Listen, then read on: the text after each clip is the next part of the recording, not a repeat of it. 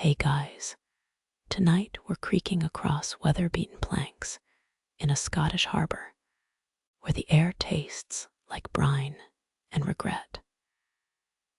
Your boots sink into wood chewed by centuries of storms. Each groan beneath your soles whispers turn back now, but you won't, because iPods still have headphone jacks, and you've got adventurer in your Twitter bio. The lantern in your grip throws jagged shadows. A drunk moth orbits the flame like it's trying to file a noise complaint. Ahead, a fishing boat bobs, its hull patchworked with tar and hubris. Historians note peers like these kept Mary, Queen of Scots, navy afloat during her wild divorce era. A fun fact that won't save you when wet rope slaps your face. You step over a puddle shimmering with rainbow oil, nature's glitter spill. Some fringe theorists claim these slicks are mermaid tears. You're pretty sure it's just diesel runoff from that sketchy trawler. Salt crusts your lips as you untie the mooring line. Knots unravel like your last relationship. The boat rocks, a cold hand shoving your shoulder. You mutter something about Yelp reviews and haunted airbnb docks. No compass guides you, just instinct, and the moon's milky smear overhead.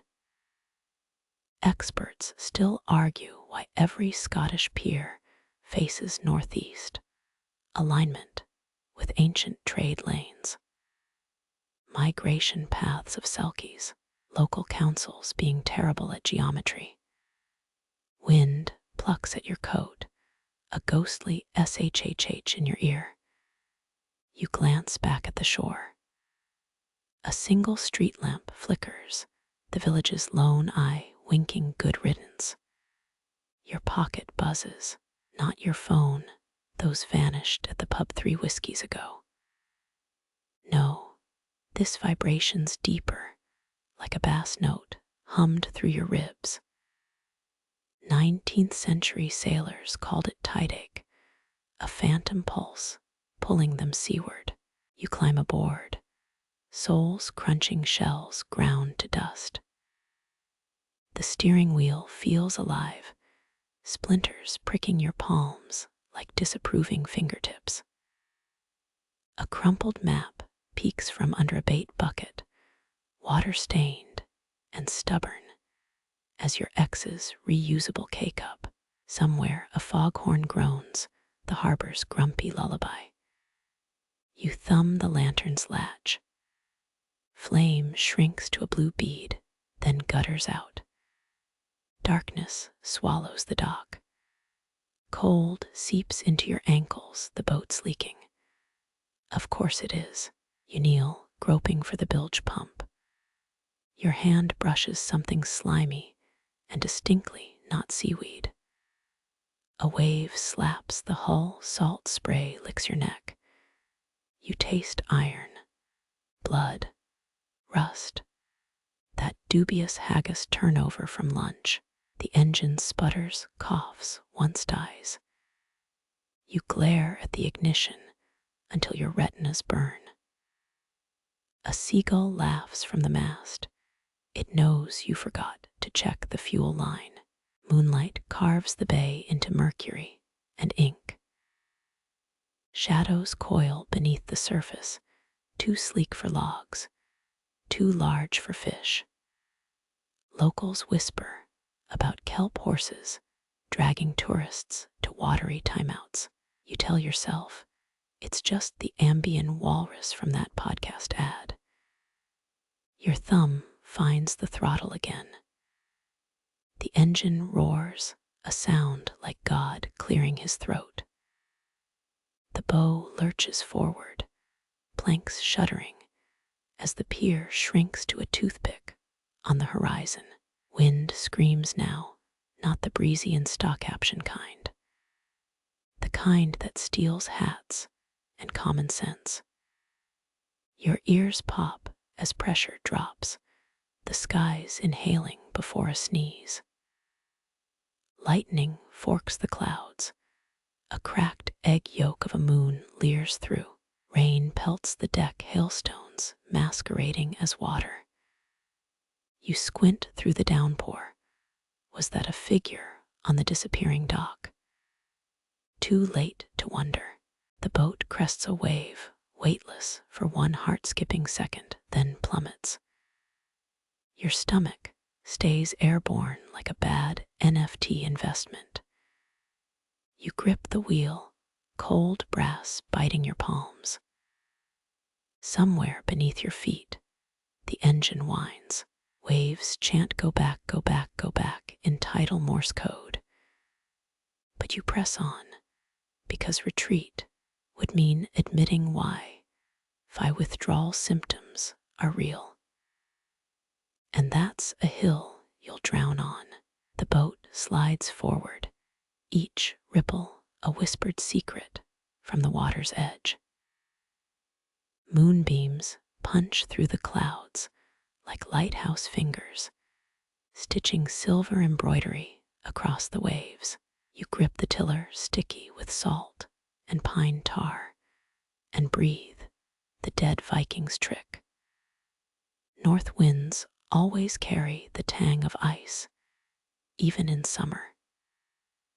Historians still argue whether 9th century sailors truly navigated by lichen growth on whalebones, but your grandfather swore by it. Shadows stretch toward the bow, long as the lies you told the woman ashore. The lantern's gone dark, no matter. Stars crowd the sky like barnacles on a shipwreck. A chuckle escapes you. If Vikings sailed these waters, they'd mock your patched nets and store-bought compass. Your boots squeak against the damp wood, a sound like mice nibbling wedding invitations.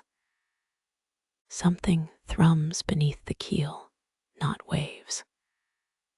A bass note shudders up your legs, settles behind your ribs. You've heard tales of moonbathing fish, their scales hoarding phosphorus like greedy little coins. Fringe theory, sure, but tonight the sea glows wherever your shadow doesn't touch. The tiller fights you, insistent as a dog tugging its leash. You let it veer starboard, straight into the slick of moonlight. Cold nips your earlobe. A seagull. Too late for gulls. Too early for regret. The horizon's a jaw now, inky and endless, swallowing the last charcoal smudge of shore.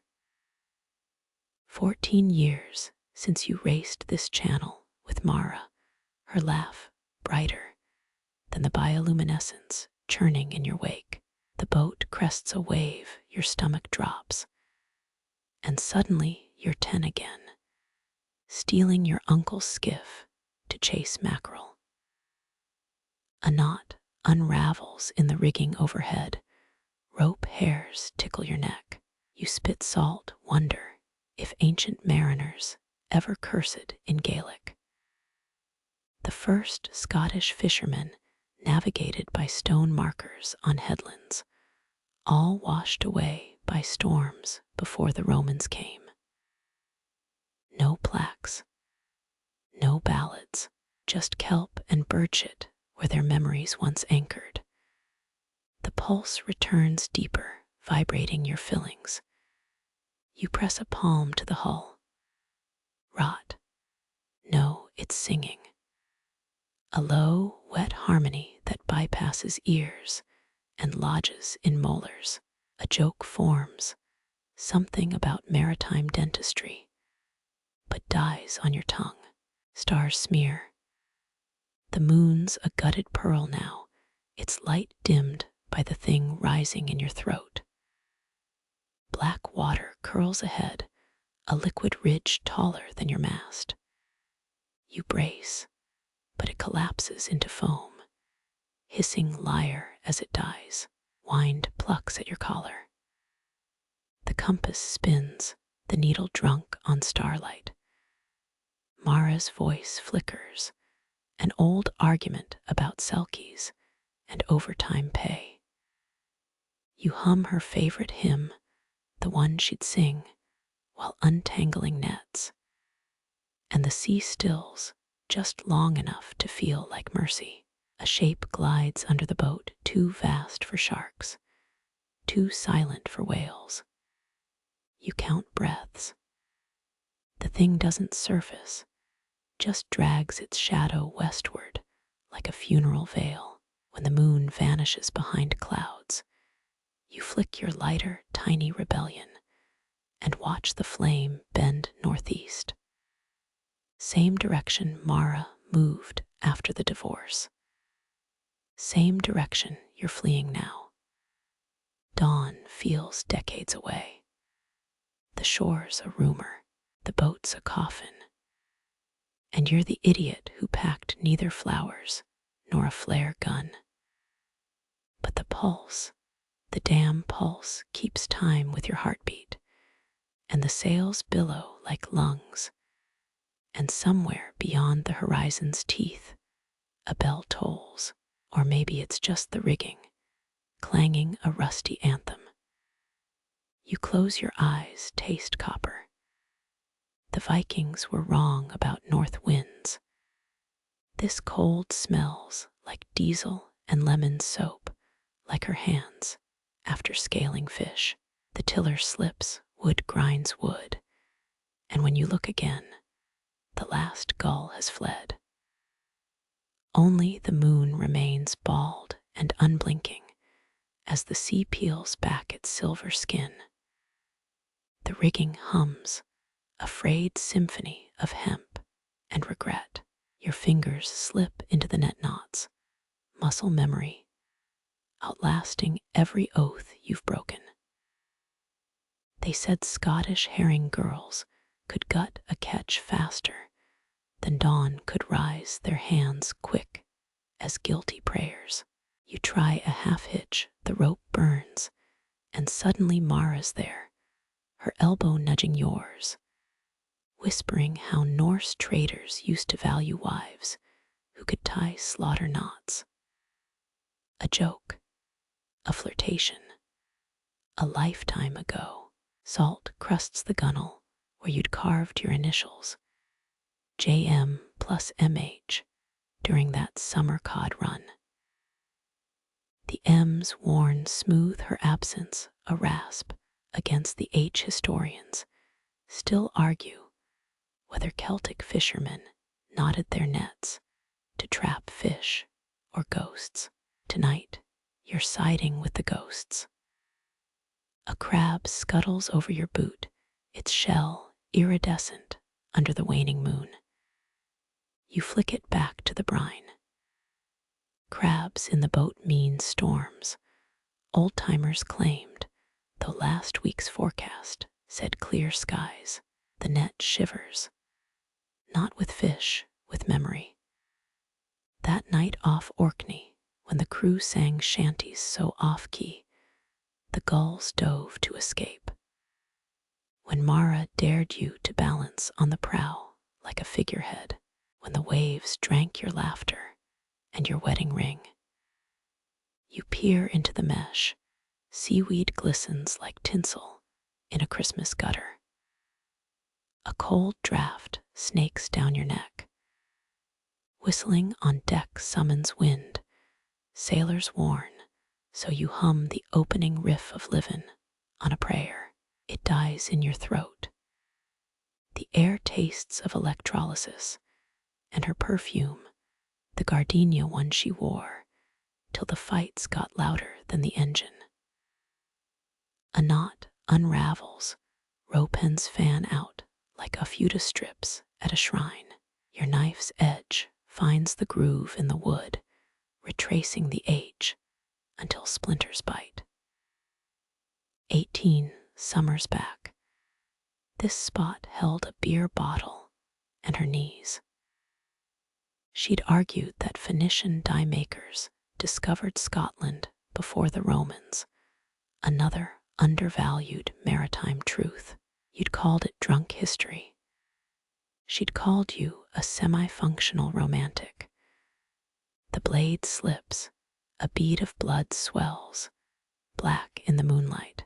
Mist thickens breath by breath until the bow vanishes. You reach for the lantern, but the flame gutters. Shapes coil in the fog, a crewman's hunched shoulders, a child's skipped stone, the arch of Mara's eyebrow midlaugh. Your boot grinds a barnacle to dust. Archaeologists found Viking longhouses under Edinburgh parking garages, civilizations buried under concrete and complacency. What'll they unearth from you? Salt-trusted regrets, a scarred initial, the ghost of a gamble. The net tenses, suddenly alive, yanking your hands toward the rail. You dig in, boots skidding on brine-slick planks. Something thrashes below, not fish, not weed. A glint of metal. No glass. A bottle bobs to the surface, its neck festooned with kelp. Inside, a slip of paper curls like a dried seahorse. Your name bleeds through the glass in Mara's handwriting. The sea stills, a held breath. You crouch, arm outstretched, fingers trembling.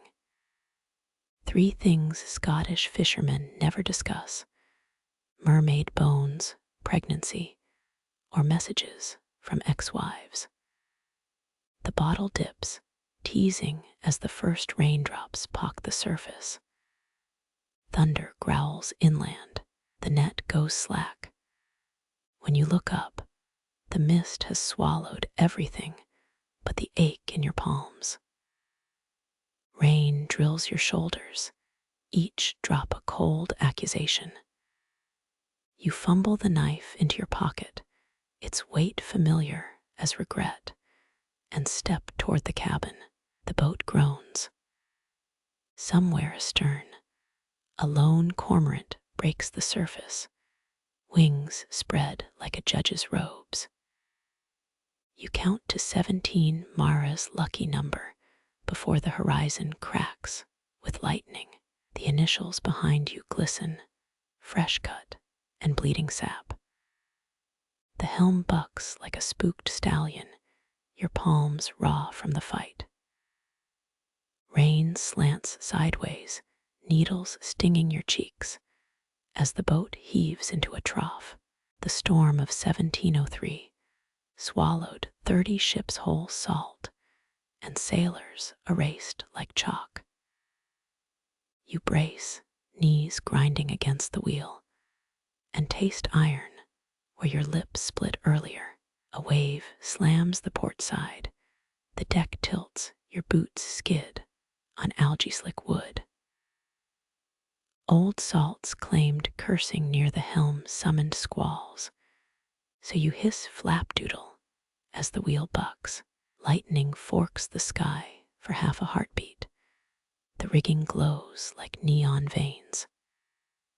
You count the mast's shadow 3 degrees off starboard, but the charts swore this stretch ran true. The compass spirals, needle drunk on the storm's static. You squint at the North Star, or where it should be, blurred behind sleet. Historians still argue whether Scots captains once navigated by moonglow when stars fled to night. You're the test subject. A rogue wave crests, black and hissing. You spin the wheel hard. The rudder groans, a sound like vertebrae cracking. Something brushes your calf, cold, insistent. Glancing down, you see only seafoam writhing around your ankles. 9 years back, a deckhand swore he'd seen mermaids knitting kelp into ladders during gales. You'd mocked him, now you're too busy to judge. The boom swings wild, you duck, Its shadow grazes your scalp like a phantom hand.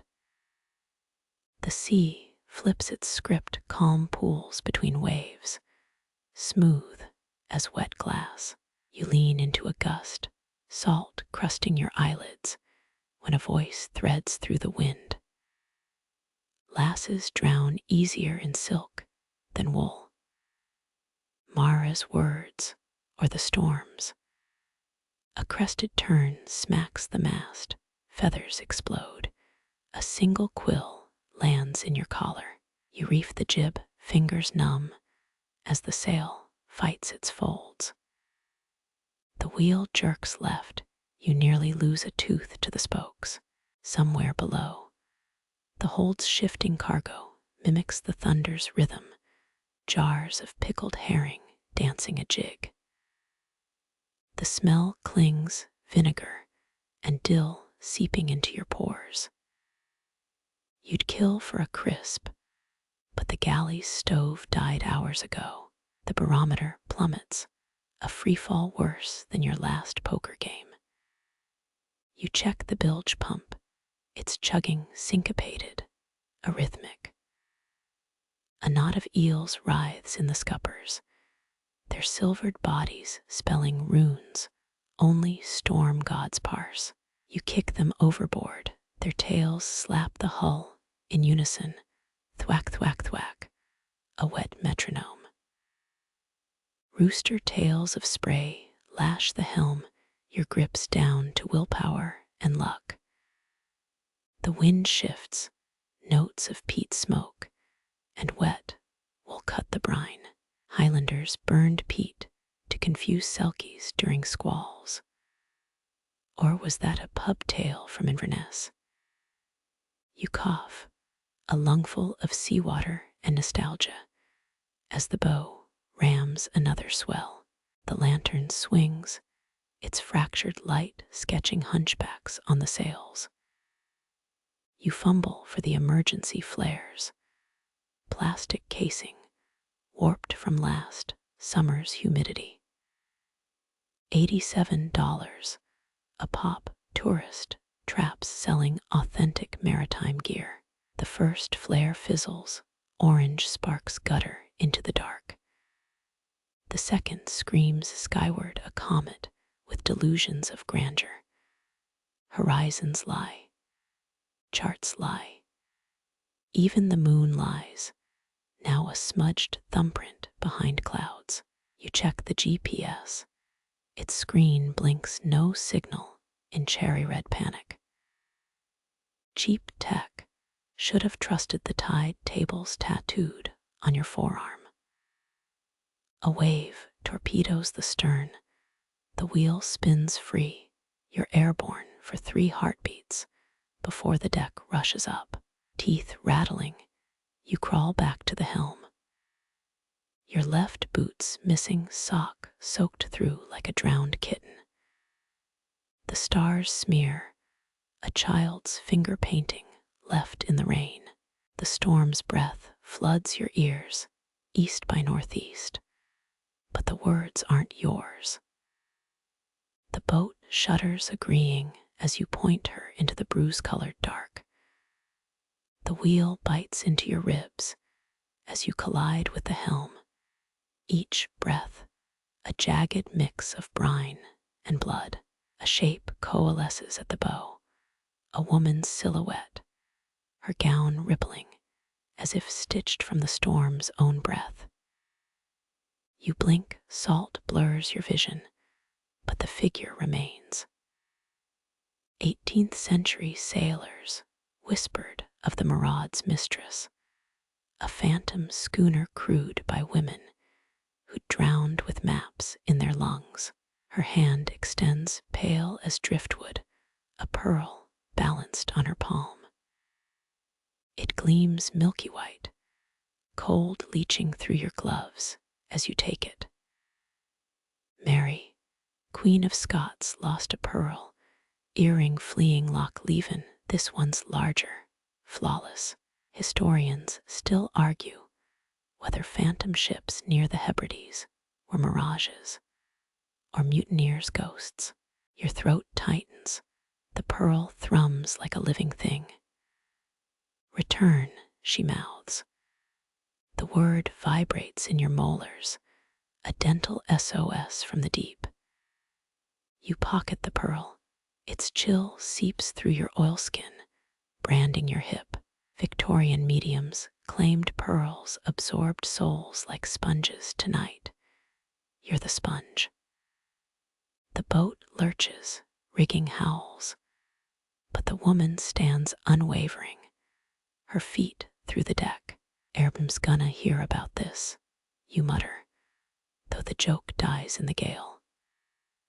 She tilts her head, stormlight glinting in eyes too large, too dark. Dull strands coil around her ankles, living jewelry. A wave explodes against the hull, you spit seawater, but she remains dry.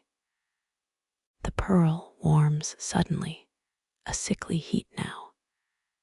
You fumble to discard it, but your fingers crimp into a fist. 17th century widows tossed pearls into squalls to appease vengeance-hungry spirits. Your knuckles blanch. The gem pulses in time with the dying stars. Her lips part. A black tide spills from her mouth, cascading down her bodice. You recoil, but the inky stream wraps your boots, roots you to the deck. 19th century whalers described sea witches molding darkness like clay.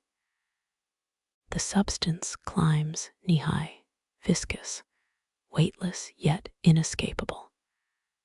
A laugh gusts from her throat, not unkind. You taste of peat and pennyroyal. She croons, her voice filament thin beneath the storm's roar. 3 dialects braid her words, Gaelic lilt, Norse growl, something older. The black tide retreats, pooling around her feet. Lightning flashes, she's gone. In her place, a barnacle-encrusted chest squats on the deck. The lid creaks open, a coil of kelp inside, twitching like a dying eel. You prod it with a boot, the kelp disintegrates, revealing a bone-handled knife. The pearl burns hotter, your hip bone throbs. You grab the knife. Its grip fits your palm like a lover's fingers. Engravings swim under your thumb, crude waves, a stylized eye. Fishermen near Orkney still debate whether such blades warded off selkies or invited them. The storm stills, an eerie pause, as if the world inhales. You press the blade to the nearest rope. The hemp parts like warm butter. A sigh ripples through the boat. Spilled shadows cling to the rails, watching. Somewhere below decks, the pearl begins to sing. The hull thrums, a bass note so deep it rearranges your fillings. You press your palms to the soaked wood. Vibrations travel up your arms like a sped-up film of tree roots growing. 19th century whalers mistook these songs for underwater volcanoes. Now you know better. A shadow shifts beneath the boat, longer than 3 fishing skiffs, end to end. The pearl's melody twists into a harmony only your ribs understand. You hum, an instinct older than language, your voice cracking on the high notes. Off key or not, the Leviathan answers. A glacial moan ripples the surface. Oil lanterns flicker, as if bowing. Historians still argue whether whales recognize human music tonight. You're a one-man maritime orchestra. A spout erupts starboard, brine-laced air pricks your nostrils with salt and seaweed. The whale breaches, its flank a mountain range sheened in moonlight. Barnacles crusted skin, nature's graffiti. You count 5 old harpoon scars, jagged constellations in its hide. One's plugged with a yellowed. Is that a rusted anchor? DIY piercings, a bold look. You croak, throat raw. The whale blinks, its eye wider than your head, wet as a newborn's. Victorian perfumers would have killed for the musk rolling off it, ambergris, floating gold, worth more than your hometon. You gag anyway. It sinks, slow, deliberate, until only its tail remains. The fluke hovers, a fractal of scars and muscle. Polynesian legends claim whales ferry the dead to islands made of starlight. You lean closer. Does that tail tip look vaguely beckoning? Sudden silence. The pearl goes inert, a marble in your pocket. The water stills, a mirror warped by your ragged breath. Then movement. Dozens of smaller shapes dart beneath the surface, silver flashes. Herring. No, anchovies. A swarm so thick it blacks out the whale's bulk.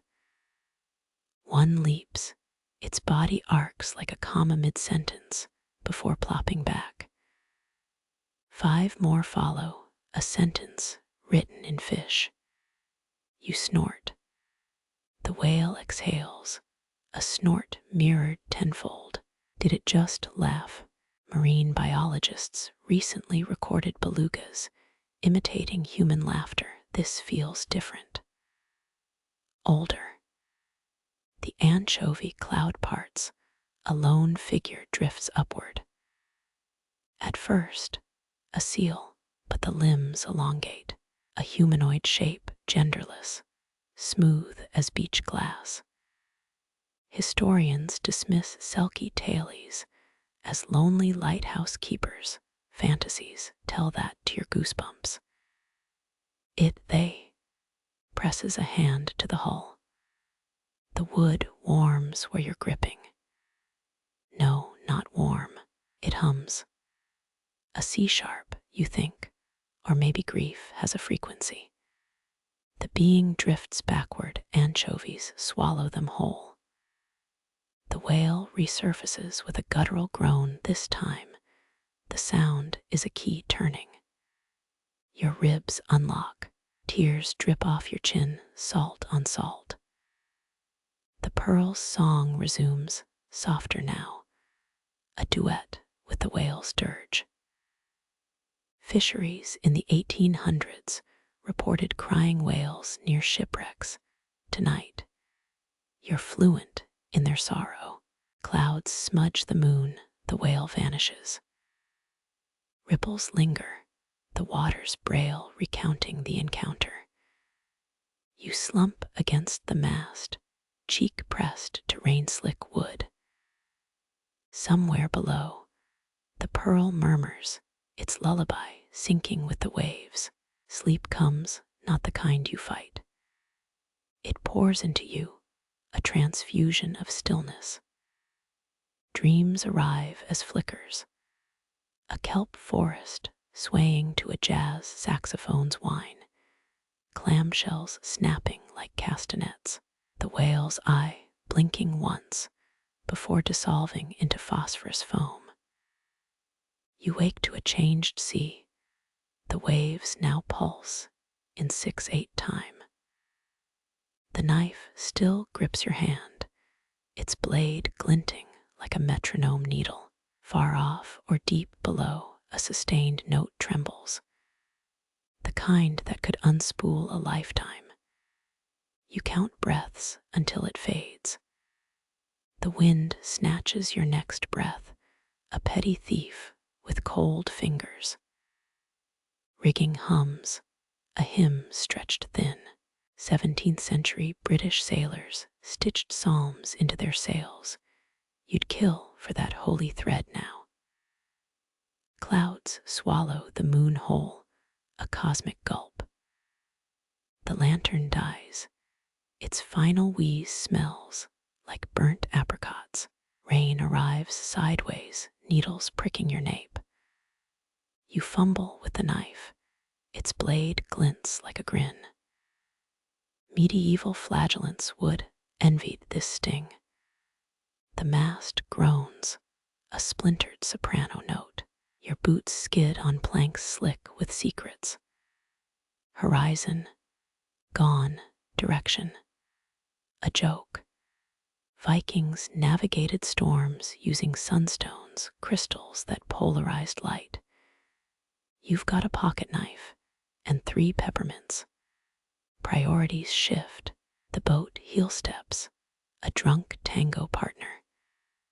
Grim humor, saltwater up your nose, confirms you're still mortal. Thunder carves the sky, a scalpel-splitting bone. Air reeks of ionized spite. Lightning forks for a heartbeat. You see them. Figures in the rain, stiff postures, oilskin coats. Grandma's parlor trick, draping sheets over brooms. These aren't ghosts. They're older. One points a finger like driftwood. You pivot, waves rear up, black fangs. Historians still argue whether the Sea People's invasion caused the Bronze Age collapse. Tonight's vote, overwhelming yes. You brace, knees locking as the first wall hits. Cold punches your solar plexus. Breath, stolen. Vision, shattered kaleidoscope. You surface, gasping to a new sound.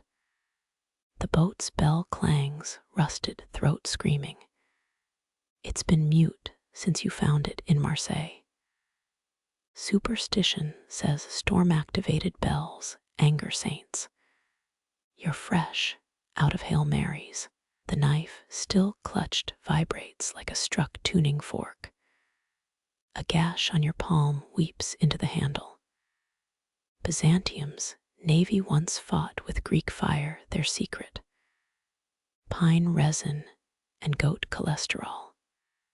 Your arsenal, one cursed blade and sheer pettiness. A wave slams, your ribs meet the gunwale. Crack, probably. Pain blooms, a carnation made of nails. You laugh, it's that, or sob.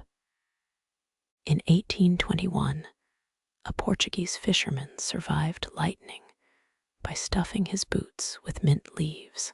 Your boots, full of seawater and regret. The bell's clang shifts pitch a dare. You crawl toward it, splinters tattooing your palms. 6 feet become 6 miles. Rain drills your spine, assassin's acupuncture. You grab the bell rope, hemp fibers bite. Pull, silence, wrong move.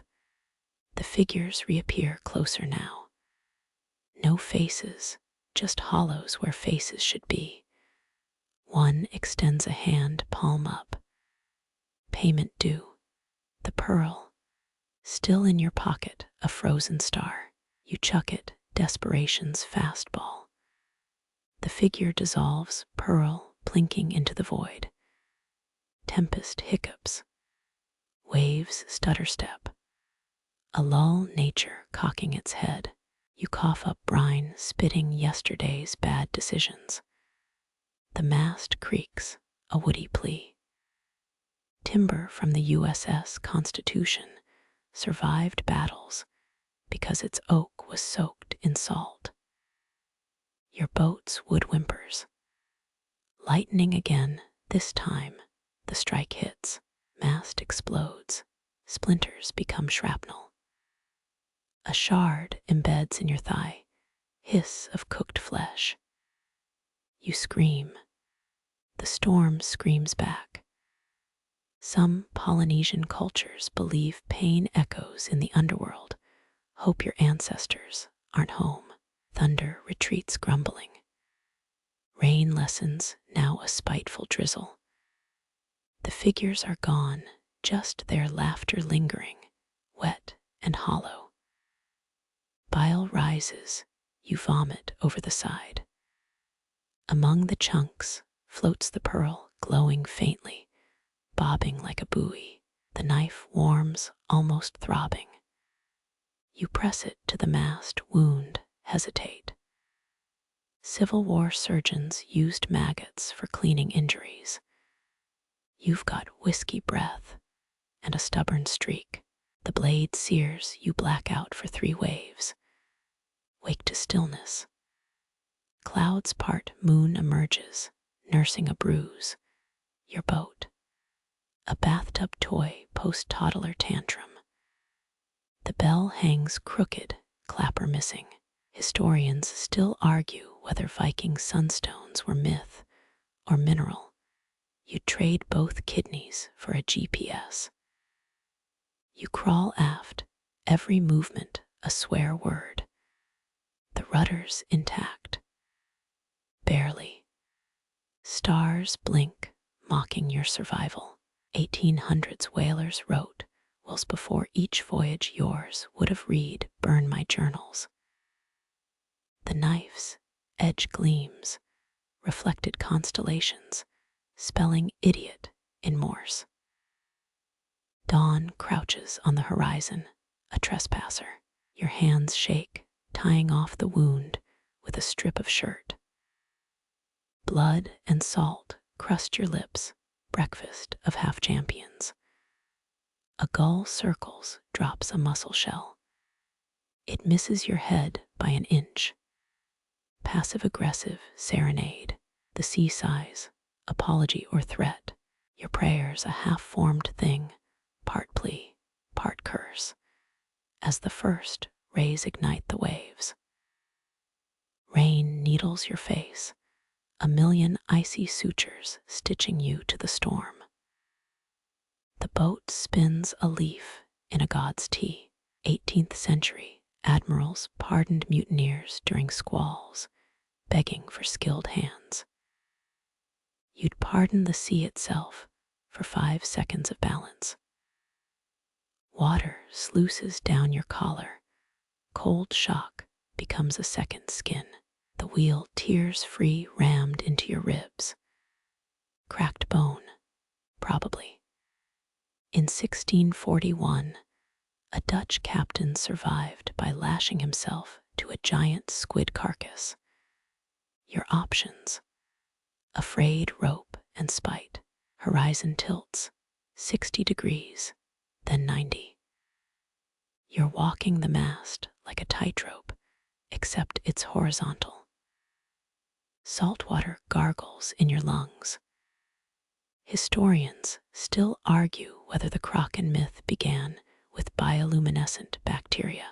Tonight's Exhibit A. That glowing vortex below.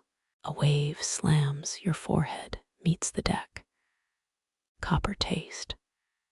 Vision blurs. The knife, still in your belt, vibrates like a divining rod. Medieval sailors drank mercury to see storm spirits. You've got a concussion and questionable life choices. Lightning stutters. The maelstrom yawns, a mile-wide throat. Your boots scrape wood, finding purchase as the hull groans. 1943. A U-boat crew heard Chopin's nocturnes during depth charge attacks. The storm hums. Is that a waltz? The pearl lost earlier rolls across the deck. Glowing. You lunge, fingertips grazing its slick surface. 16th century alchemists claimed storm-born pearls held tempests inside. This one winks promise or taunt. A wave snatches it back. Teeth chatter yours or the boat's. The rudder snaps, a sound like a spine breaking. You sprawl, knees grinding on barnacle scars. 1800s wailing logs describe screaming icebergs. The winds shriek, same octave, same despair. Blackness above, blackness below. You cling to a cleat, rusted iron biting your palm. Blood swirls, vanishes in the deluge. Some Polynesian navigators could taste longitude, salt levels revealing position. Your tongue's numb, your will number. A shape surfaces beside the hull, sleek, unblinking. Shark, seal, too large. The HMS Terror's crew allegedly saw white worms in Arctic ice. This thing watches, calculating. Rain sheets erase it. The boat corkscrews, throwing you against the capstan. Ribs protest. Breath fragments. You laugh, a wet, broken sound. 1920s, Marseille fishermen wore wives' stockings for luck. Your socks, holes and hubris, silence sudden and absolute. The eye, clouds spiral, a cosmic drain. Even the pearl's glow falters. You stand shaking on the debris-strewn deck. Dutch storm paintings often showed saints in vortexes. No halos here, just you. The wind inhales, preparing the finale. You tighten the rope around your wrist. Vikings used death poems to mock storms. Your last words, probably forgot the milk. Impact. The boat bucks, splintering beneath you. Water grabs, an insistent lover. Down you go, lungs burning. Scholars debate if drowning feels like burning or freezing. Answer: yes. Light above dims. Pressure builds. That thing circles again, all teeth and patience. 1930s divers reported mermaids' laughter at depth. This chuckle vibrates your sternum. Your hand finds the knife, still humming. Stab, misstab again. Water slows fury. The blade sinks into something. The chuckle stops. Kick, fight, break surface. Gasp. The boat's carcass bobs 10 feet away.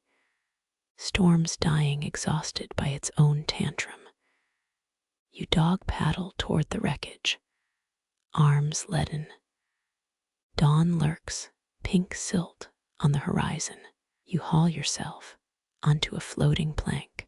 Body, broken ketchup bottle. Spirit, surprisingly intact. A cormorant lands nearby, judging you. Historians still argue whether Atlantis sank or sailed west. Right now, you'd vote sailed. The plank drifts aimless. Your pocket still holds 3 peppermints.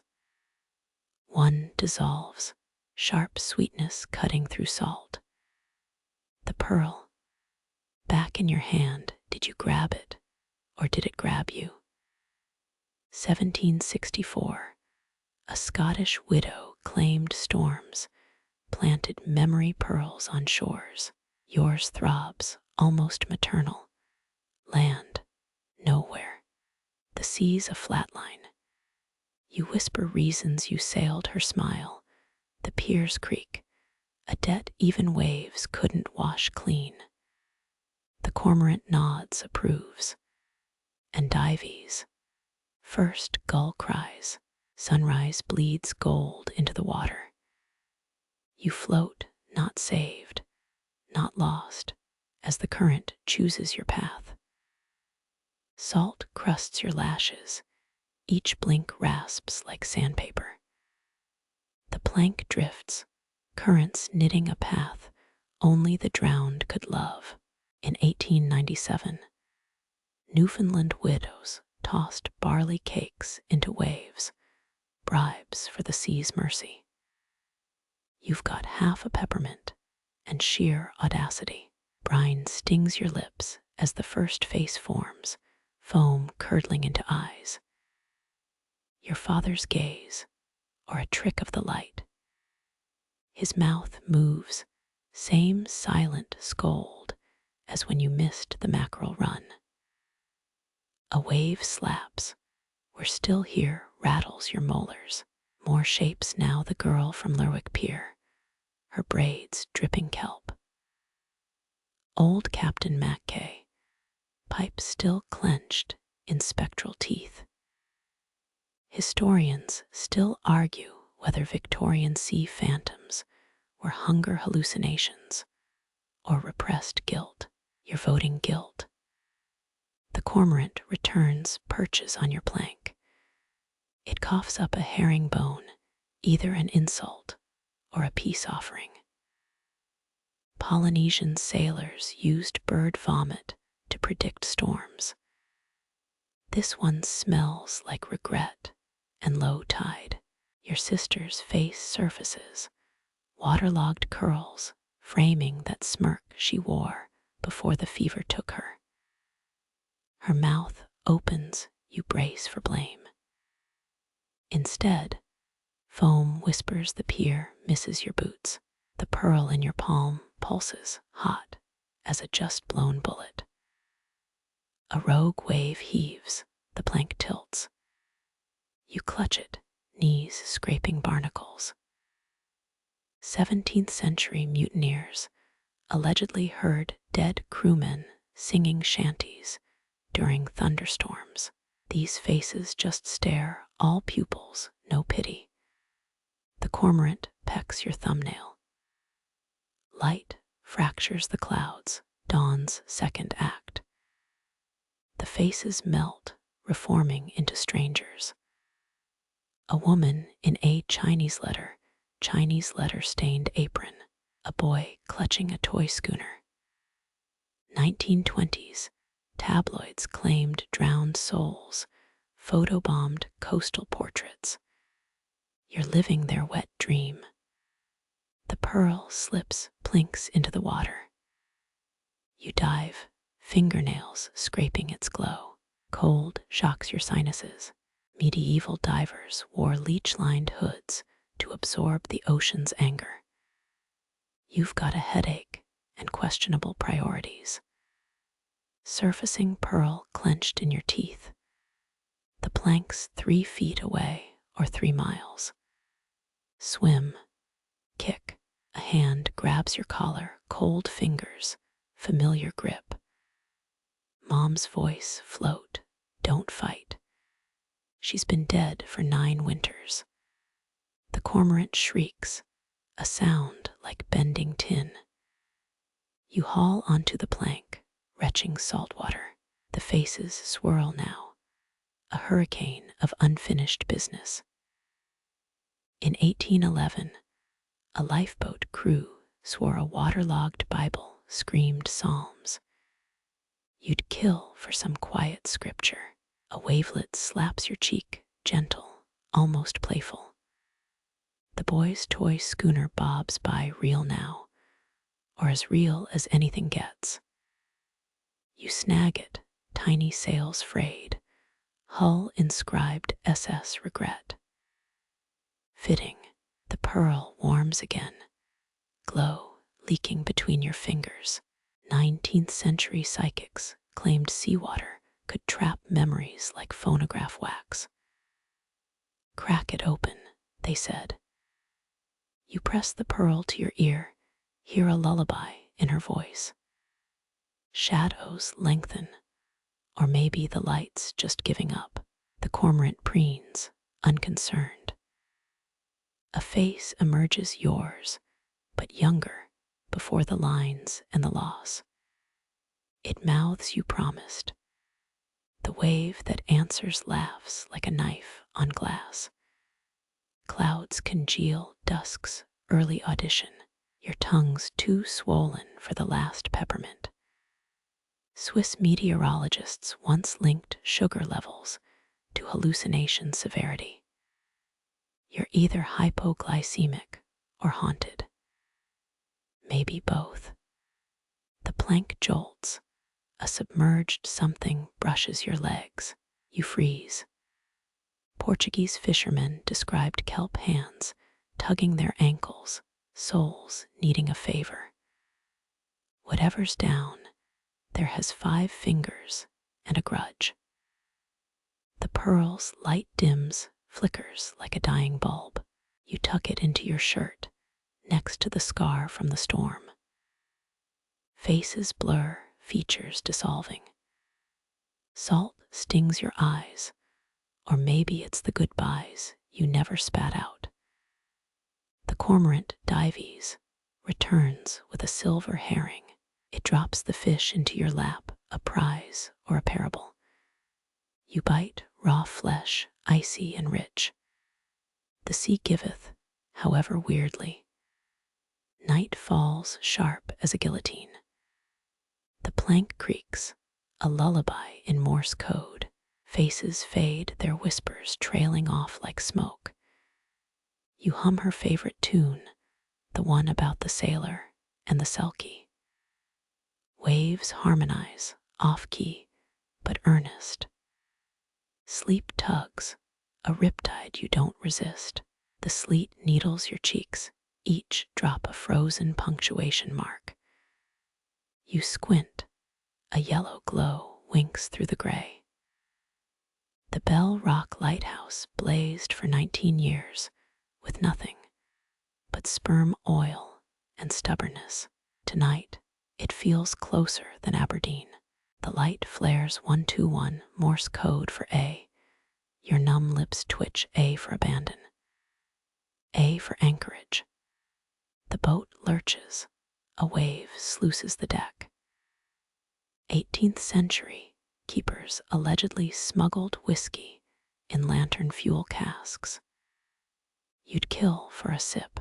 Closer now, the tower leans like a drunk uncle. Its beam sweeps, illuminating something pale on the rocks. A figure, a seal. Russian sailors once mistook walruses for mermaids. This thing has too many teeth to be romantic. The light gutters, darkness swallows the vision whole. Your hands cramp on the wheel, salt crusting your knuckles. Historians still argue whether the Flannan Isles keepers died by waves or each other. The sea keeps its secrets better than a confessional. Rain slicks your collar, trickles down your spine. The light returns brighter now, almost mocking. You count the pulse, 114. No maritime signal matches. Maybe it's counting you. A bell clangs, low and wet, like it's drowning. The beam catches the cliffs, jagged as a wolf's grin. Victorian ghost tour claimed devils, Cape 8, 3 ships per tide.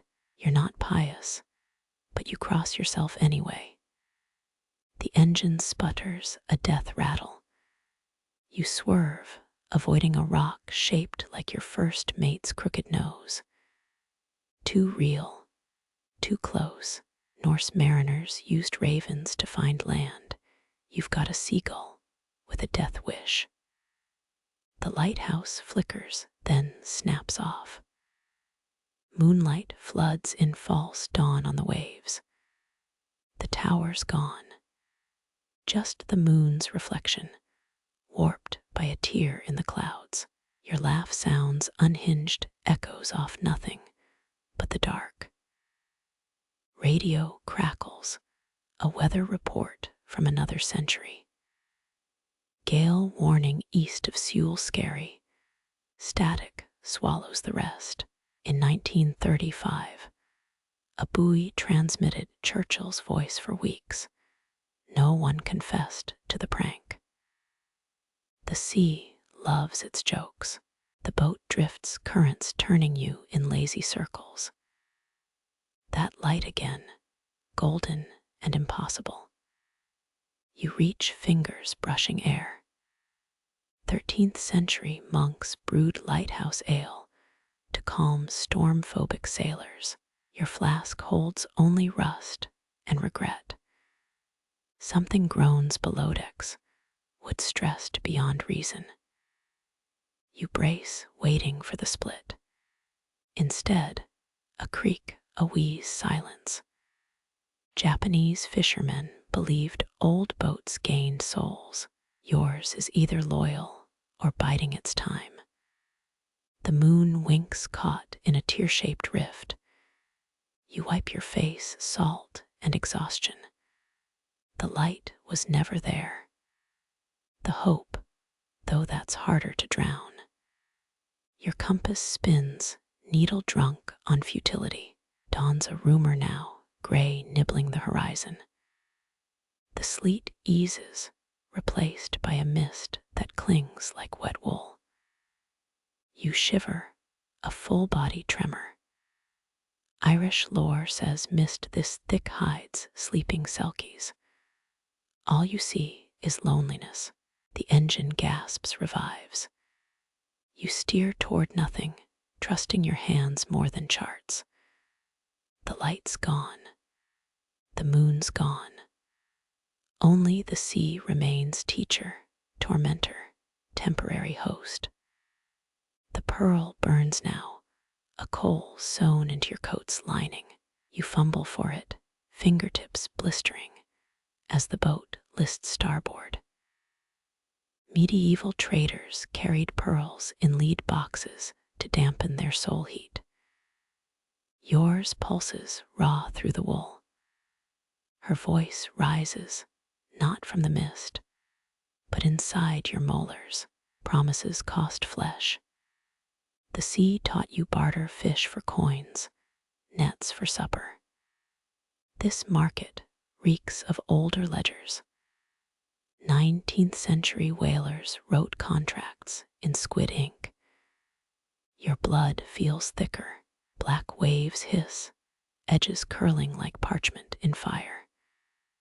You spit salt, it sizzles on the deck. A fringe theory claims ocean brine holds dissolved memories of every drowned sailor. Tastes more like regret. The ghost woman materializes, knee-deep in the hull. Her fog dress swirls, each ripple a face you almost recognize. Cut the net. Her hand extends palm up, a kelp scar running its length. Historians still argue whether Scottish Selkie legends began as sailors' guilt or wives' revenge. Your knife gleams, a wedding gift from an uncle who drowned drunk. The net shudders, algae blooms where you grip it. Pre-Viking fishermen believed severed nets unleashed kraken. You saw through childhood lies mostly. Blade meets rope, a sound like vertebrae cracking. The pearl erupts, white-hot, searing your palm. Renaissance alchemists swore burnt pearls revealed futures. Yours shows only blisters. Her laughter shakes the rigging. You think pain is the price. The boat groans, planks warping. A 1923 schooner sank off Orkney crew, found with pearls sewn under their eyelids. You blink too fast. Salt crusts your lips solid now, jagged as sea glass. The ghost woman fades, voice trailing like a choked anchor chain. Return what you stole. You spit rust, answers tasting of nails and eclipse. Wind howls, a new note in its song. The net unravels, knots dissolving like sugar in gin. Your hands bleed freely, crimson ribbons swirling toward the bilge. 17th century pirates claimed blood calmed storms. This squall licks its chops. Clouds part, moonlight pins you to the deck. The pearl cools, ash gray and cratered. You pocket it anyway. A 14th century cardinal's ring held a dead pearl until it hatched beetles during mass. Faith's a funny thing. Dawn lingers, a held breath on the horizon. The boat steadies, leaning into the current like a tired hound. You flex your ruined hand, knuckles white as gull bones. Tomorrow's problem. Tonight, the sea still hums. The mist thickens, breath turns visible in the air. Your boat drifts into a cove's mouth, stone cliffs, swallowing the horizon. Waves flatten, no longer crashing, just a patient lick against the hull. 18th century sailors called these lulls the sea's confession. You're not sure you want absolution. Hooves clatter, not on rock, but water.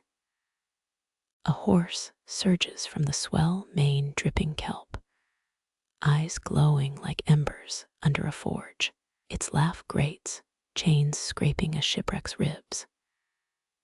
Kelpies star in Scottish folklore as ambush predators, but Pictish carvings show them herding salmon with their tails.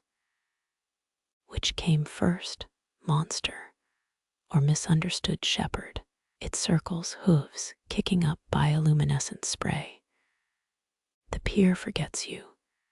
It rumbles voice low as a capsizing keel. Salt crusts your eyelashes, each blink sharp as accusation. You grip the rail, wood creaking under whitened knuckles. The kelpie rears, water cascading from its barrel chest. Moonlight reflects in its nostrils twin abysses. In 1902, a Dundee fisherman swore he rowed one to shore, woke up in a sheep pasture, pockets full of eels. You're not mounting this thing. You'll walk. It hisses, seaweed whiskers brushing your cheek. The vow you made to return coils in your gut, a hook lodged deep. Historians still argue whether kelpie derives from Gaelic calage, hard mouth, or a misheard Viking curse. Either way, bad news for your ribs. The horse lunges, its breath smells of rotting tides. You stumble back boot heel, catching on a loose plank. For a heartbeat, you're suspended, air cold against your nape. Then, the deck rises to meet your spine. It snorts disgusted. Land's a fable now. Waves surge, the cove walls shudder. A 1960s tabloid claimed Nazi U-boats hid kelpies in Loch Ness. The lie sold papers, and maybe one gullible submariner's dignity. Your hand finds the dead pearl still nestled in your coat. The kelpie freezes, glowing, eyes narrowing. That's not yours to carry. You hurl it, a pale arc swallowed by the dark. The beast screams a sound that unstitches your pulse. It dives, vanishing in a plume of froth. The boat lurches, thrown backward into open water. You clutch the tiller, splinters biting your palm. 17th century witches brewed kelpie saliva into love potions. Tonight, it just stings. Dawn bleeds gold through the clouds. The cove shrinks, a jagged silhouette on the horizon. Your hands tremble not from fear, but the leftover hum of hooves in your bones. The sea murmurs, approving or amused. You can't tell. A single strand of kelp wraps the mast, glistening like a noose. You leave it there. Some souvenirs write their own endings. The waves soften each crest, lingering like a pendulum's swing. Your pulse thuds against your ribs, a metronome, outracing the slowing sea. Queen Anne's Revenge, Blackbeard's flagship, carried 8 cursed clocks that allegedly ran backward during storms. Yours ticks forward mostly. Foam curls lazy as cat paws now, the storm spent, the kelpie's rage dissolved. You slump against the mast, splinters snagging your coat. Sand grinds between your molars. Some 19th century sailors chewed timekeepers. Pocket watch gears left bite marks in brass. You're pretty sure that's where clocking out was born. Dry humor, but your lips crack when you smirk. A foghorn groans, or maybe your stomach. The horizon yawns, pressure easing from your temples. Historians still argue whether lighthouse keepers in the 1700s hid rum in their pendulum cases. You'd bet your last shilling they did. Moonlight slicks the deck, silver puddles rippling with each gentle roll. You count 7 heartbeats between waves. 17th century navigators tracked time by reciting psalms between swells, verse as chronometer. Psalm 84, supposedly, takes exactly 2 knots to recite. You mutter nursery rhymes instead. Salt crusts your sleeves, stiff as parchment. A lone gull glides past, its shadow brushing the boat like a sundial's gnomon. Darker superstitions claimed birds carried drowned men's seconds in their wings.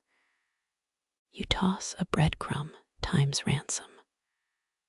The tiller slips from your grip, drifting starboard. No hurry. The sea's breath warms, almost a lullaby. You grin, remembering a Glasgow pub sign.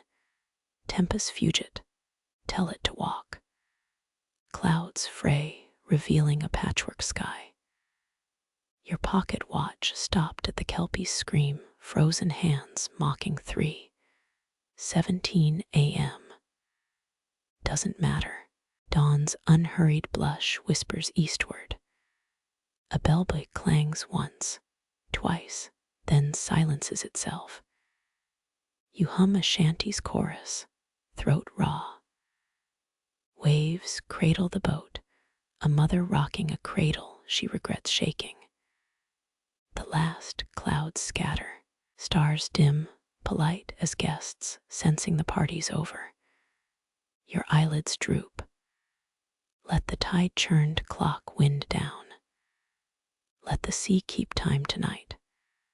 Calm wraps the boat like aged whiskey, smooth, deceptive. You lie back, the mast creaking a sailor's lullaby. Moths flutter toward the moon, pale specks against the black. Victorians believed these were drowned men's breaths, seeking the sky. One lands on your sleeve, its wings powdery as a ghost's fingerprints. The moon grins, a Cheshire C, a T, Chinese letter, ING, your exhaustion. 18th century navigators timed tides using lunar tables thicker than Bibles. You've got the moon itself, no math required. A wave rocks the hull, rhythmic as a hypnotist's pocket watch. Your boot heel taps shave and a haircut against the gunwale. The sea hums 2 bits in return. Salt prickles your eyelids, tears or betrayal, hard to say. You squint at the horizon. Scholars still bicker whether Admiral Nelson's victory at Trafalgar hinged on a waxing gibbous. Doesn't matter now. Tonight's moon hangs solo, no rivals, just a bone-white audition for a lullaby commercial. A moth dive bombs your lantern, wings singeing with a popcorn sound. You cup it, charred but alive, and blow gently. In Cornwall, they whisper that saving a moth nets you 1 wish. You murmur dry socks before tossing it skyward. The boat spins, a lazy Susan serving up stars. Polaris winks from its throne. You salute the sky, moonlight's free, unlike that overpriced chronometer you pawned in Portree. A thermal gust ripples your shirt, the sea exhaling centuries of fish breath. Dawn nibbles the east pink gums, ready to devour the night. You paddle feeble circles with one hand, performance art-titled man, very tired of rowing. The moon pales, embarrassed by the sun's flashy entrance. Your pocket watch still frozen at 3:17 taps your thigh like a nagging spouse. You stuff it under a bailer. Let archaeologists puzzle over it later. A current grabs the keel, gentler than the kelpie's grip, almost apologetic. The last moth spirals upward, a drunk kite. You count 17 wing beats before it vanishes. 17. Same as the number of teeth Blackbeard kept in his beard ribbon. Coincidence? Probably. The sea smirks, keeping its secrets lukewarm. Your tongue sticks to the roof of your mouth, cotton ball cruelty. You imagine a tavern's ale, frothing over a mahogany counter. Instead, brine and the aftertaste of that questionable eel from section 12. Never again. The pier materializes, a shabby comb missing half its teeth.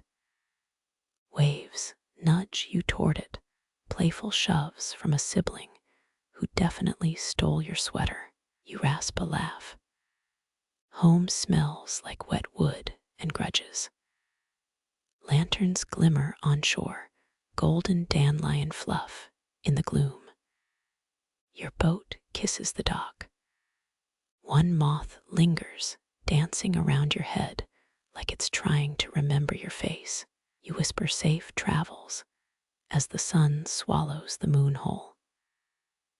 The pier's shabby embrace fades as you row east, sunlight glinting off barnacle-crusted pilings. 3 shadows breach the water ahead, jagged stones topped with carvings that weep tar-black streaks. Historians still argue whether Pictish standing stones marked territories or trapped restless spirits. You'd vote for door number 2 right now. The closest monolith tilts like a rotten tooth. Its etchings pulse faintly. 7th century sailors painted these symbols with seal blood, or so claims a moldy ledger from Aberdeen. Your temple throbs, the stones hum a tune only your molars can hear. You grip the oars, veering west, but the current hugs the rocks, stubborn as a seagull guarding a fry. One glyph glistens, a spiral crossed by a sword. You blink, now it's a fish swallowing its own tail. Cornish folklore whispers these shapes shift to mirror a sailor's sins. Your neck prickles. Was it stealing Aunt Muriel's silver thimble, or that time you lied about the mackerel haul? The middle stone oozes black sludge. It's the consistency of cold porridge and smells like burnt hair. You dip an oar, the liquid recoils. 17th century, witches supposedly brewed storms using stone ink. Your oar blade now sports a stain shaped like Edinburgh Castle. Fitting, you're about as welcome here as an English tax collector. Wind hisses through the carvings, a dissonant duet between a broken pipe organ and a theremin. Your fillings vibrate. You hum 99 bottles of rum to drown it out, fail spectacularly. The boat drifts sideways, a crab walk toward doom, straining every muscle in your forearms. Sunlight catches the easternmost stone, the symbols just gone. You swear it was a wolf's head 5 seconds ago. Maybe the stones get bored. Eternity's a long time to be a rock. A wave slaps the hull. Salt water sloshes over your boots. The stain on your oar expands. Now it's Nessie playing leapfrog with the fourth bridge. The humming sharpens, needles behind your eyeballs. You fumble for the bailer, scoop seawater, and fling it at the nearest stone. Big mistake. The liquid arcs, freezes midair, splatters back into the boat like a possessed fountain. Aunt Muriel's thimble floats past your toe, oh, so that's where it went. The westernmost stone emits a low moan, upsettingly human. Viking sagas mention singing rocks near Orkney that lured ships into caves. Helga's quarrelsome quartet never made the top 40. Your left oar snaps. The splintered end jabs downward, stabbing the water like an accusatory finger. Black tendrils spread from the stones, snaking toward the boat. You grab the remaining oar, paddle backwards with the grace of a drunken walrus. The tendrils lick the hull, snap back as if scalded. Maybe the boat's algae coating doubles as ghost repellent.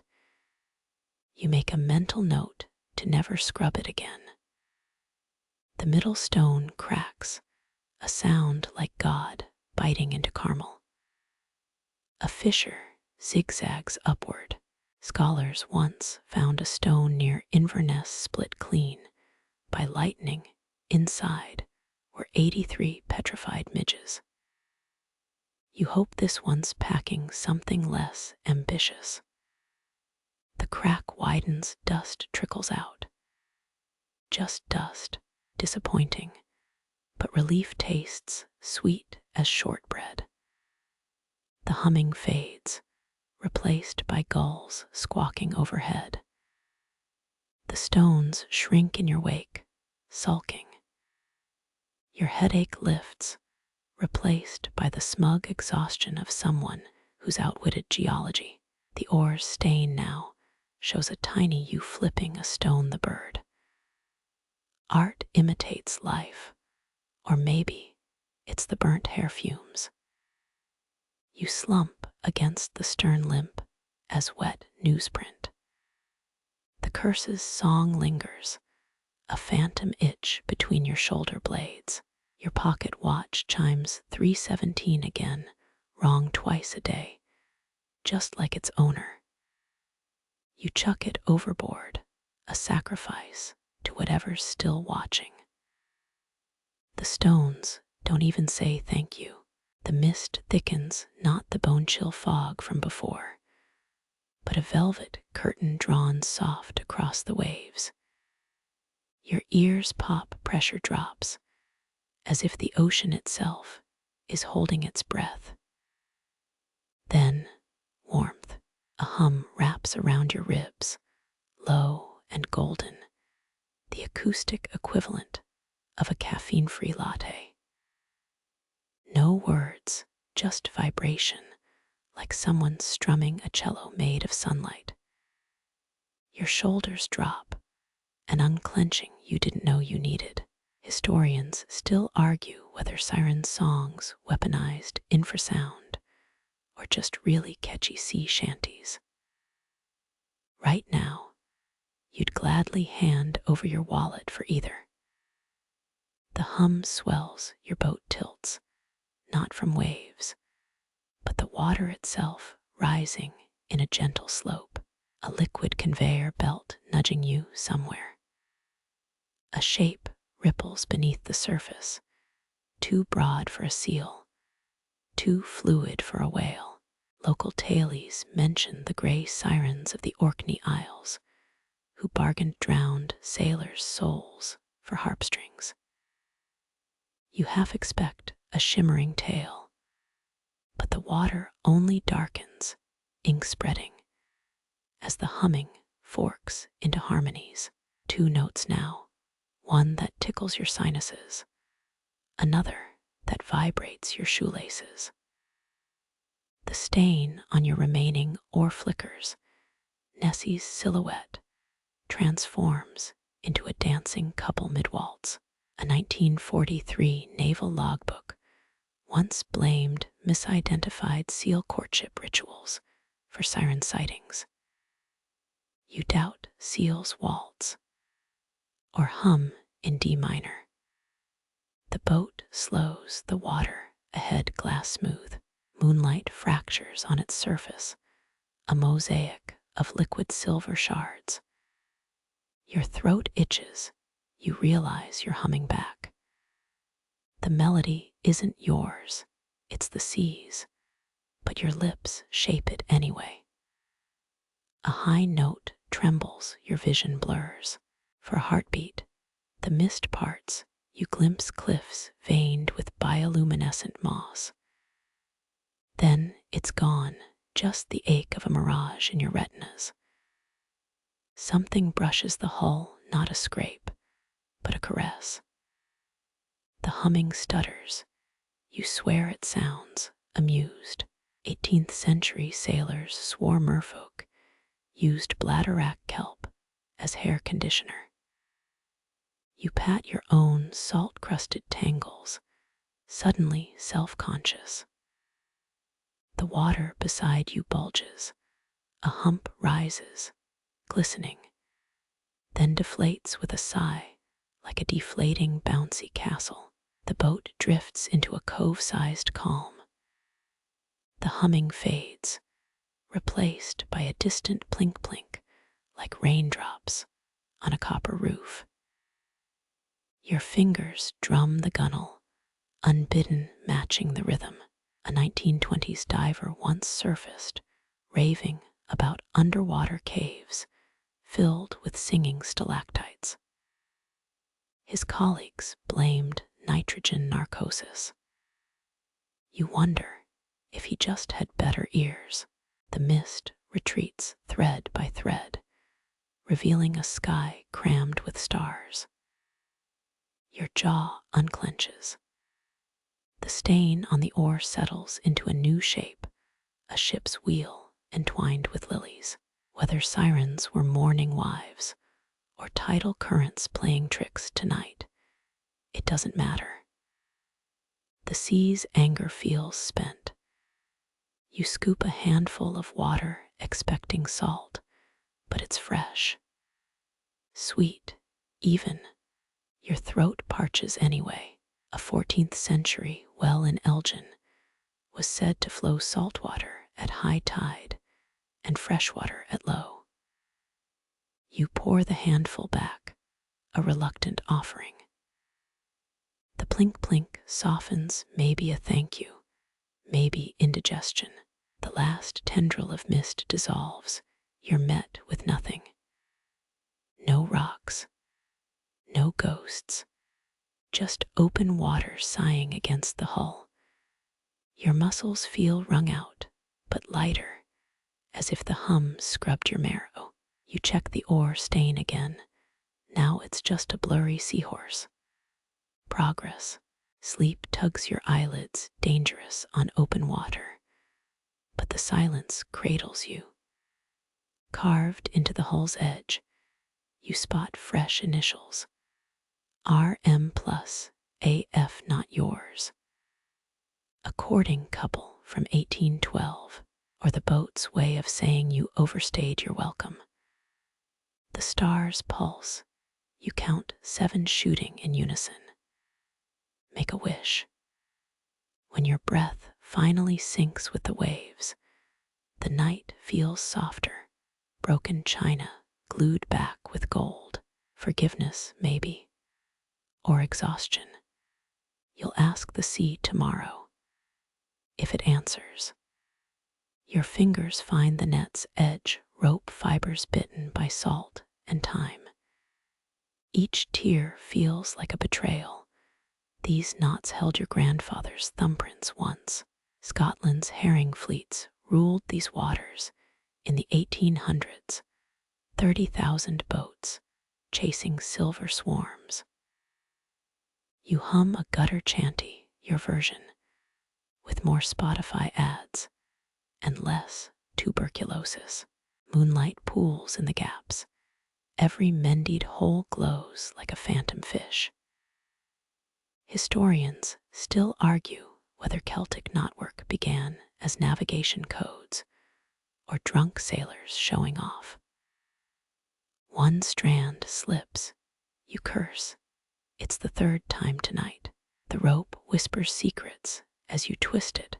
1698. A storm off Aberdeen. 7 men lost with a full catch. Your thumbnail splits. A bead of blood swells. Black in the blue light. 19th century deckhands swore rusted nets bled when their makers died. You lick the wound, metallic and ancient, like the coins in your father's drowned pockets. Something tugs the net, not the sea. You freeze, half expecting spectral fingers. A barnacled soda can emerges, Diet Coke. Expiration date illegible. In the Orkneys, fishermen still toss the first catch back for luck and avoid bananas like plague carriers. You chuck the can overboard. It sinks with a judgmental glug. The net tightens too sudden. You brace, it's just the tide, flexing its muscle-crusted shoulders. Every knot tied mirrors the ones in your gut, stubborn, salt-cured, holding everything together until they don't. 3 more rips left, or 4. Math dissolves here, minutes, wounds, regrets, all counted in arm spans of frayed twine. A chill nips your neck, different from the sea's bite. Victorian widows wore their husbands' nets as veils, thread by thread, until the remarriage. You pull your collar up, it's just the wind. Probably. The boat shifts, water sloshes the bilge, slapping time with your pulse. One final tear, a jagged mouth near the sinker waits. Your grandmother's voice surfaces, mend it twice, or the caudal laugh you ashore. You double knot the gap, ribbons of kelp glow green as the fibers seal. The net shudders, alive again, as distant church bells murmur through the fog. Shore feels both miles and decades away. You spit salt, last night's chowder or tonight's failsafe. Doesn't matter. The moon dips, its light gone milky, like weak tea. Across the water, a single lantern blinks, real or remembered. You can't tell. Your blistered palms grip the net, it's lighter now, or you're stronger. The horizon stitches itself back together, cloud by cloud, wave by wave. You set the mended net aside. Its shadow on the deck looks like a hand reaching. Not yours, not yet. The boat creaks, an old man's bones settling into bed. Tomorrow's problem. Tonight's done. The net's weight lingers in your palms as the boat tilts, a slow lean toward something other. You grip the gunwale, knuckles whitening. The water beneath churns emerald. Not reflection, not algae. Light rises in sinewy coils, a living lattice of glowworms beneath the surface. You crouch, the cold bites through your sleeves as you reach.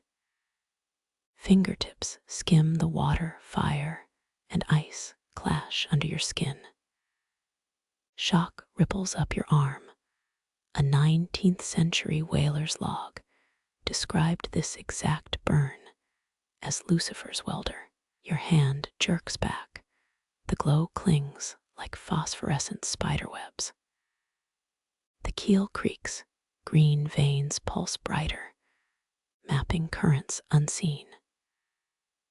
During WWII, sailors reported milky seas spanning oceans, dinoflagellates stirring to war's vibrations. Historians still argue whether Viking longships followed bioluminescent tides to new lands, or just had really lucky drunk navigators. You scan the depths, shapes writhe in the glow, too large for fish, too fluid for men. A bubble surfaces, pops against your cheek. Salt stings as the scent hits burnt caramel and rotting kelp. Old whalers swore the glow was mermaids' lanterns, guiding sailors toward shipwreck ledges. You lean farther, another bubble bursts, whispering "come see" in a language your marrow recognizes. The water shimmers, sudden as a flipped switch, then plummets into black. You sway, balance lost, and catch yourself on the mast. Your heartbeat thumps in sync with distant waves, or maybe the thing below, now retreating. A damp patch darkens your sleeve where the glow touched itchy, like healing scabs. You peel back the fabric, skin untouched. Relief fizzles, house cats have stared at you with more menace. The boat drifts, rudderless, as the last green threads dissolve. Your grandfather's voice drifts up, unbidden. The sea feeds on curiosity, boy. Choose it twice. Bait scraps swirl in the wake, tiny Edens for microbes. You flick a cracker crumb, it sinks, trailing faint light. Scientists once bottled glowing seawater. It dimmed within hours, like captured lightning. Your knee knocks a loose plank. The sound echoes hollow, as if the ocean underneath just moved. A hiss rises, steam. No, bioluminescent mist curls off the waves, reeking of sulfur and nostalgia. You swipe at it, fingers come away dry.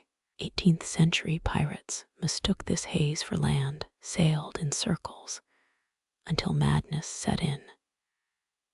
The mist thickens, blurring stars, horizon, the stern's edge. A chuckle escapes, nervous, too loud. Your therapist would have charged extra for this. The lantern gutters. You don't relight it. Dark feels safer now, kinder. The mist parts a single green tendril resurfaces, coiling around the anchor chain. It squeezes, metal groans, then releases, slack as a drunk's handshake.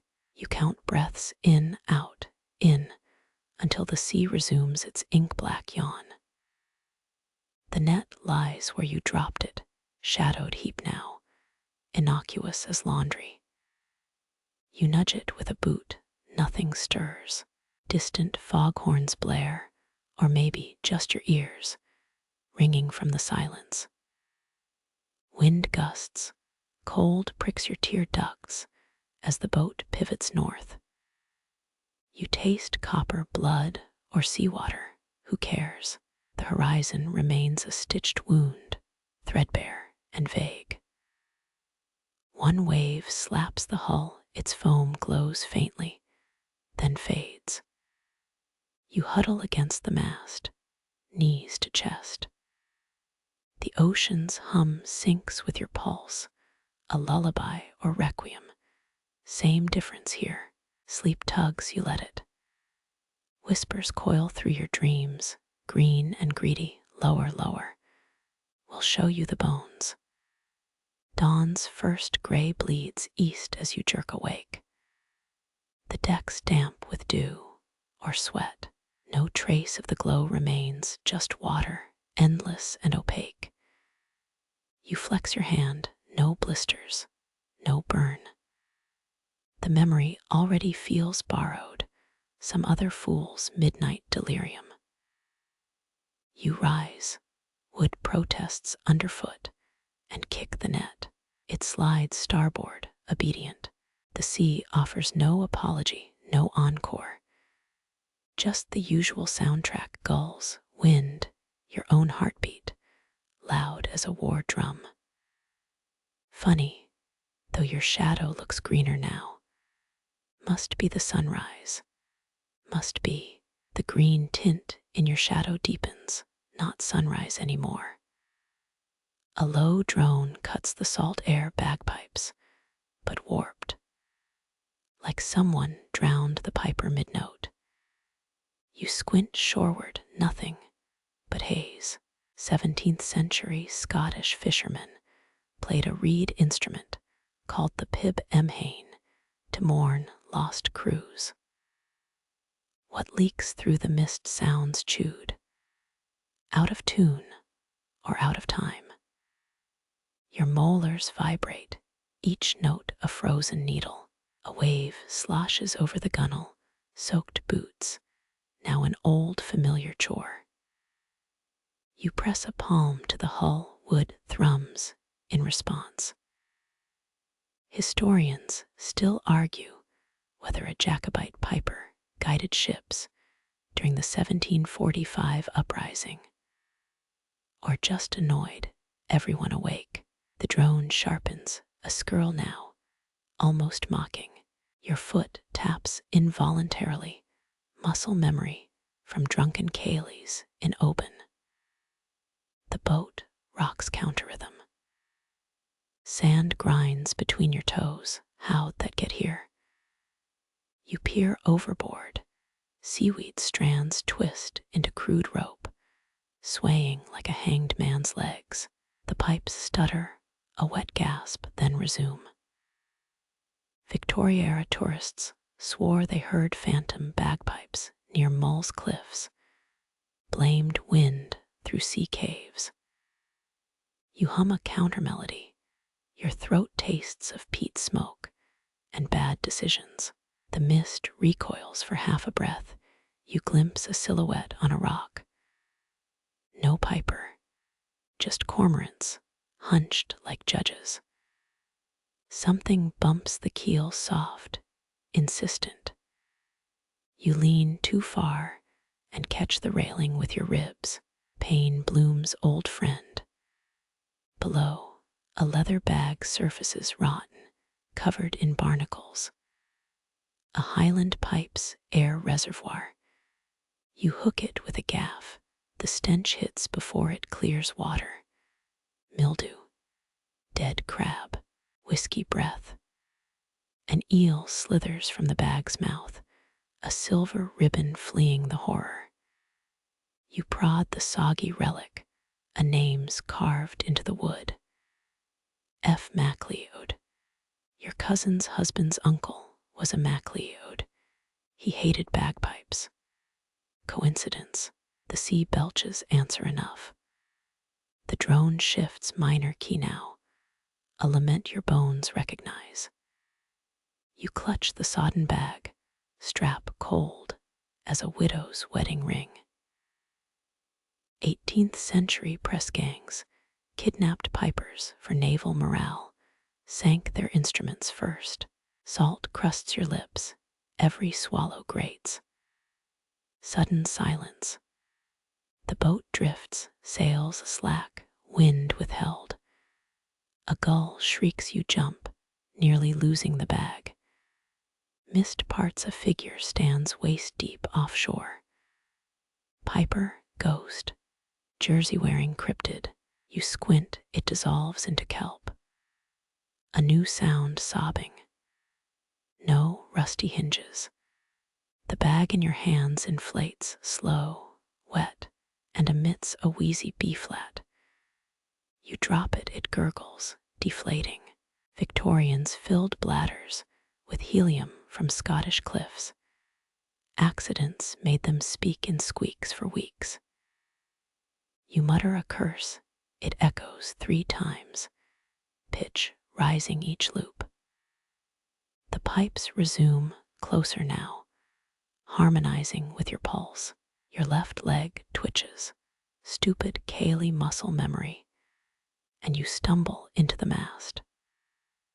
Knots press into your spine, fitting penance for 2 left feet.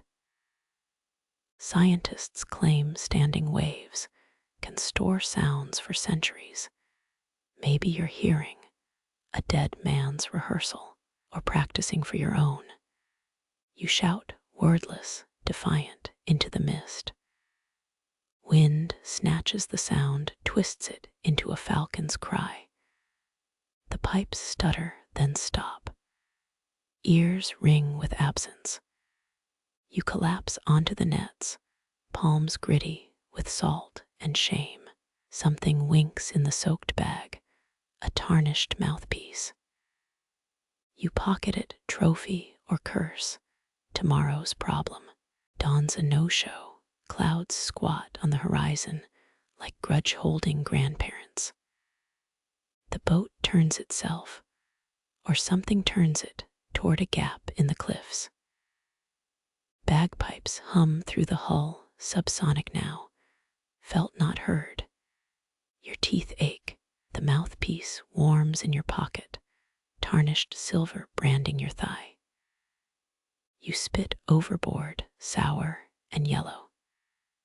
Historians still argue whether the silent piper of Staffa was a smuggler's signal or a seal with asthma. The cliffs yawn open, a sliver of calm water waits. Last joke, you're humming the damn tune now. No punchline, just the sea, the mist, and 100 dead pipers judging your pitch.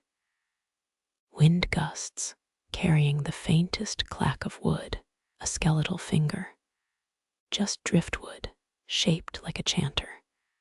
Sure, you lift the mouthpiece, pause, then blow. A reedy screech shreds the air. Gulls scatter, your ears bleed a little. The cliffs echo it back cleaner, prouder. A lone cormorant watches, head tilted.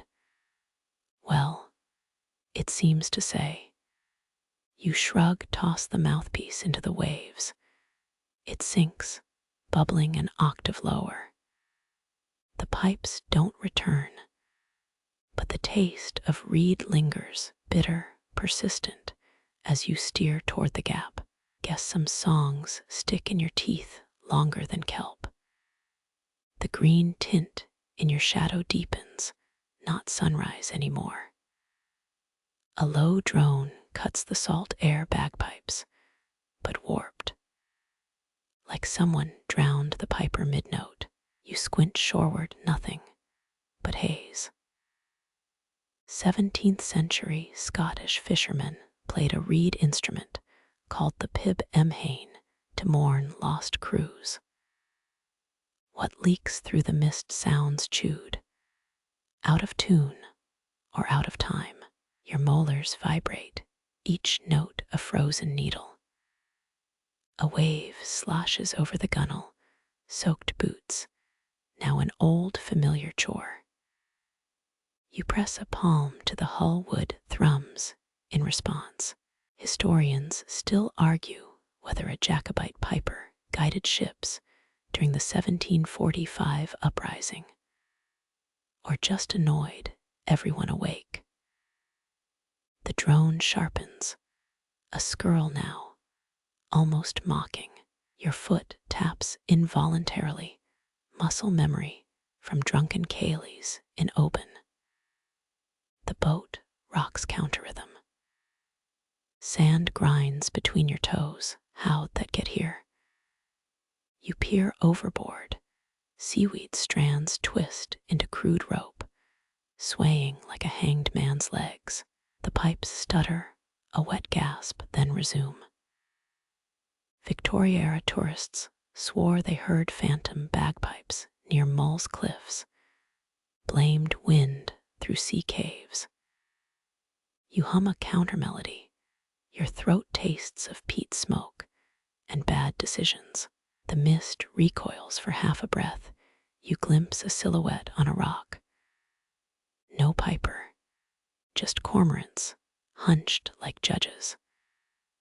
Something bumps the keel soft, insistent.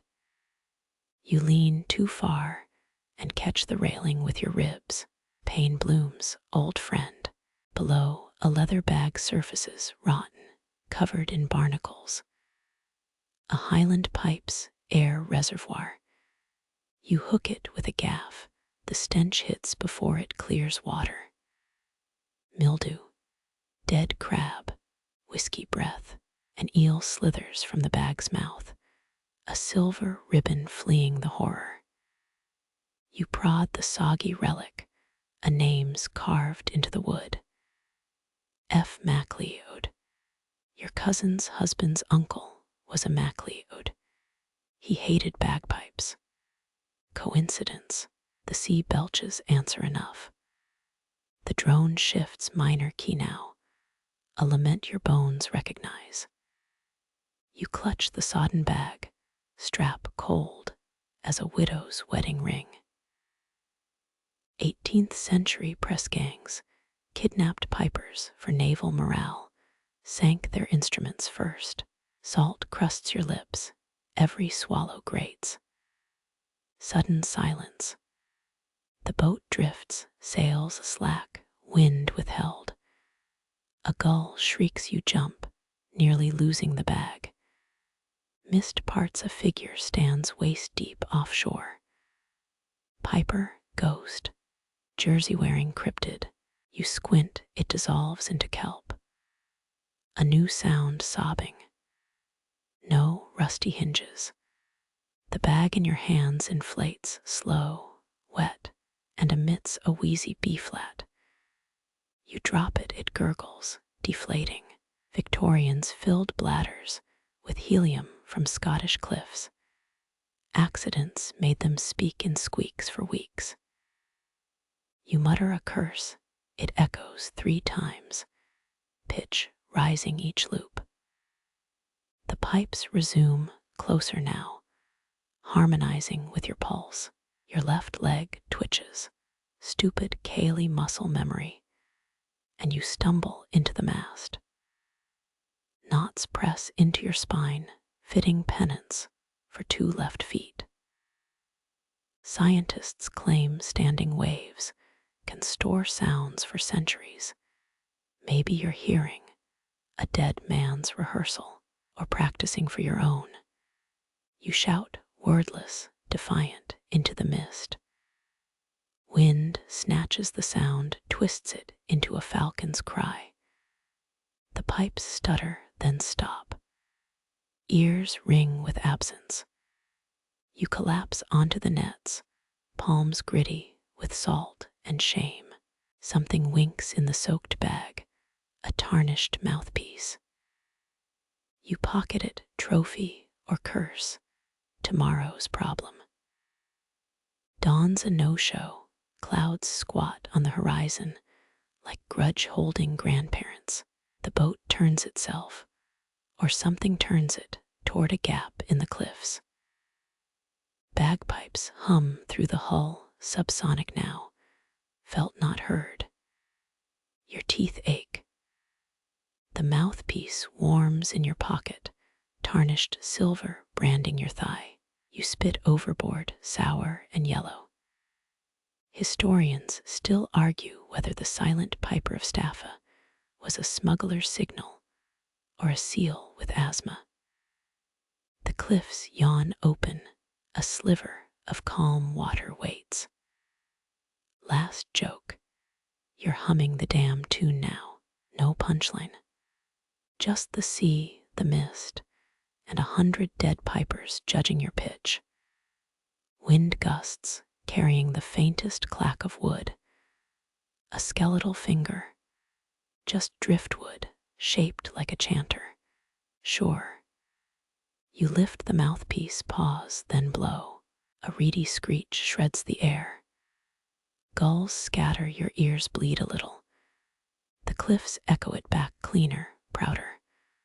A lone cormorant watches, head tilted. Well, it seems to say. You shrug, toss the mouthpiece into the waves. It sinks, bubbling an octave lower. The pipes don't return, but the taste of reed lingers, bitter, persistent, as you steer toward the gap. Guess some songs stick in your teeth longer than kelp. The rope burns your palms, itchy reminder of every blister earned since shore. Algae slithers down the nets, slick as hagfish mucus, plopping onto the deck with a wet splat. No silver scales glint in the moonlight, just shadows pooling like spilled ink. 17th century Dutch fishermen used broken pottery as net weights when lead ran low. Your soles crunch on something, a shard of blue-painted ceramic wedged between planks. You pocket it, free souvenir. The sea hisses, or maybe that's your own breath, ragged and thin. One net catches, hope sparks, but it's just a tangle of kelp shaped like a hand. You recoil, old tailies whisper of drowned men, gifting seaweed fingers to the living. Historians still debate whether the 1908 North Sea herring collapse was overfishing or revenge. The kelp unravels, crumbles to slime between your nails. Another heave, another cascade of nothing. Your boots squelch, the deck's a swamp now. You drip sweat into the mess, adding your salt to the seas. Medieval Scots left the first catch of the day on rocks for selkies, bribes against bad luck. No selkies tonight, just your breath fogging the air. A joke forms, empty nets build character, but dies unspoken. The boat lists starboard rail, kissing the black water. You brace, knees popping like overused corks. The lantern gutters, its flame leans northeast, pointing home, or to whatever's left of it. Something hums below, not pipes this time. Deeper, hungrier. The nets twitch in their coils, alive, or just tide-tugged. You kick a bucket overboard, it floats, mocking your aim. 18th century whalers believed empty boats attracted grudge whales seeking unpaid debts. The bucket drifts, then sucks under no splash. No bubbles. Moonlight slices the clouds for a heartbeat. The water's clear as gin.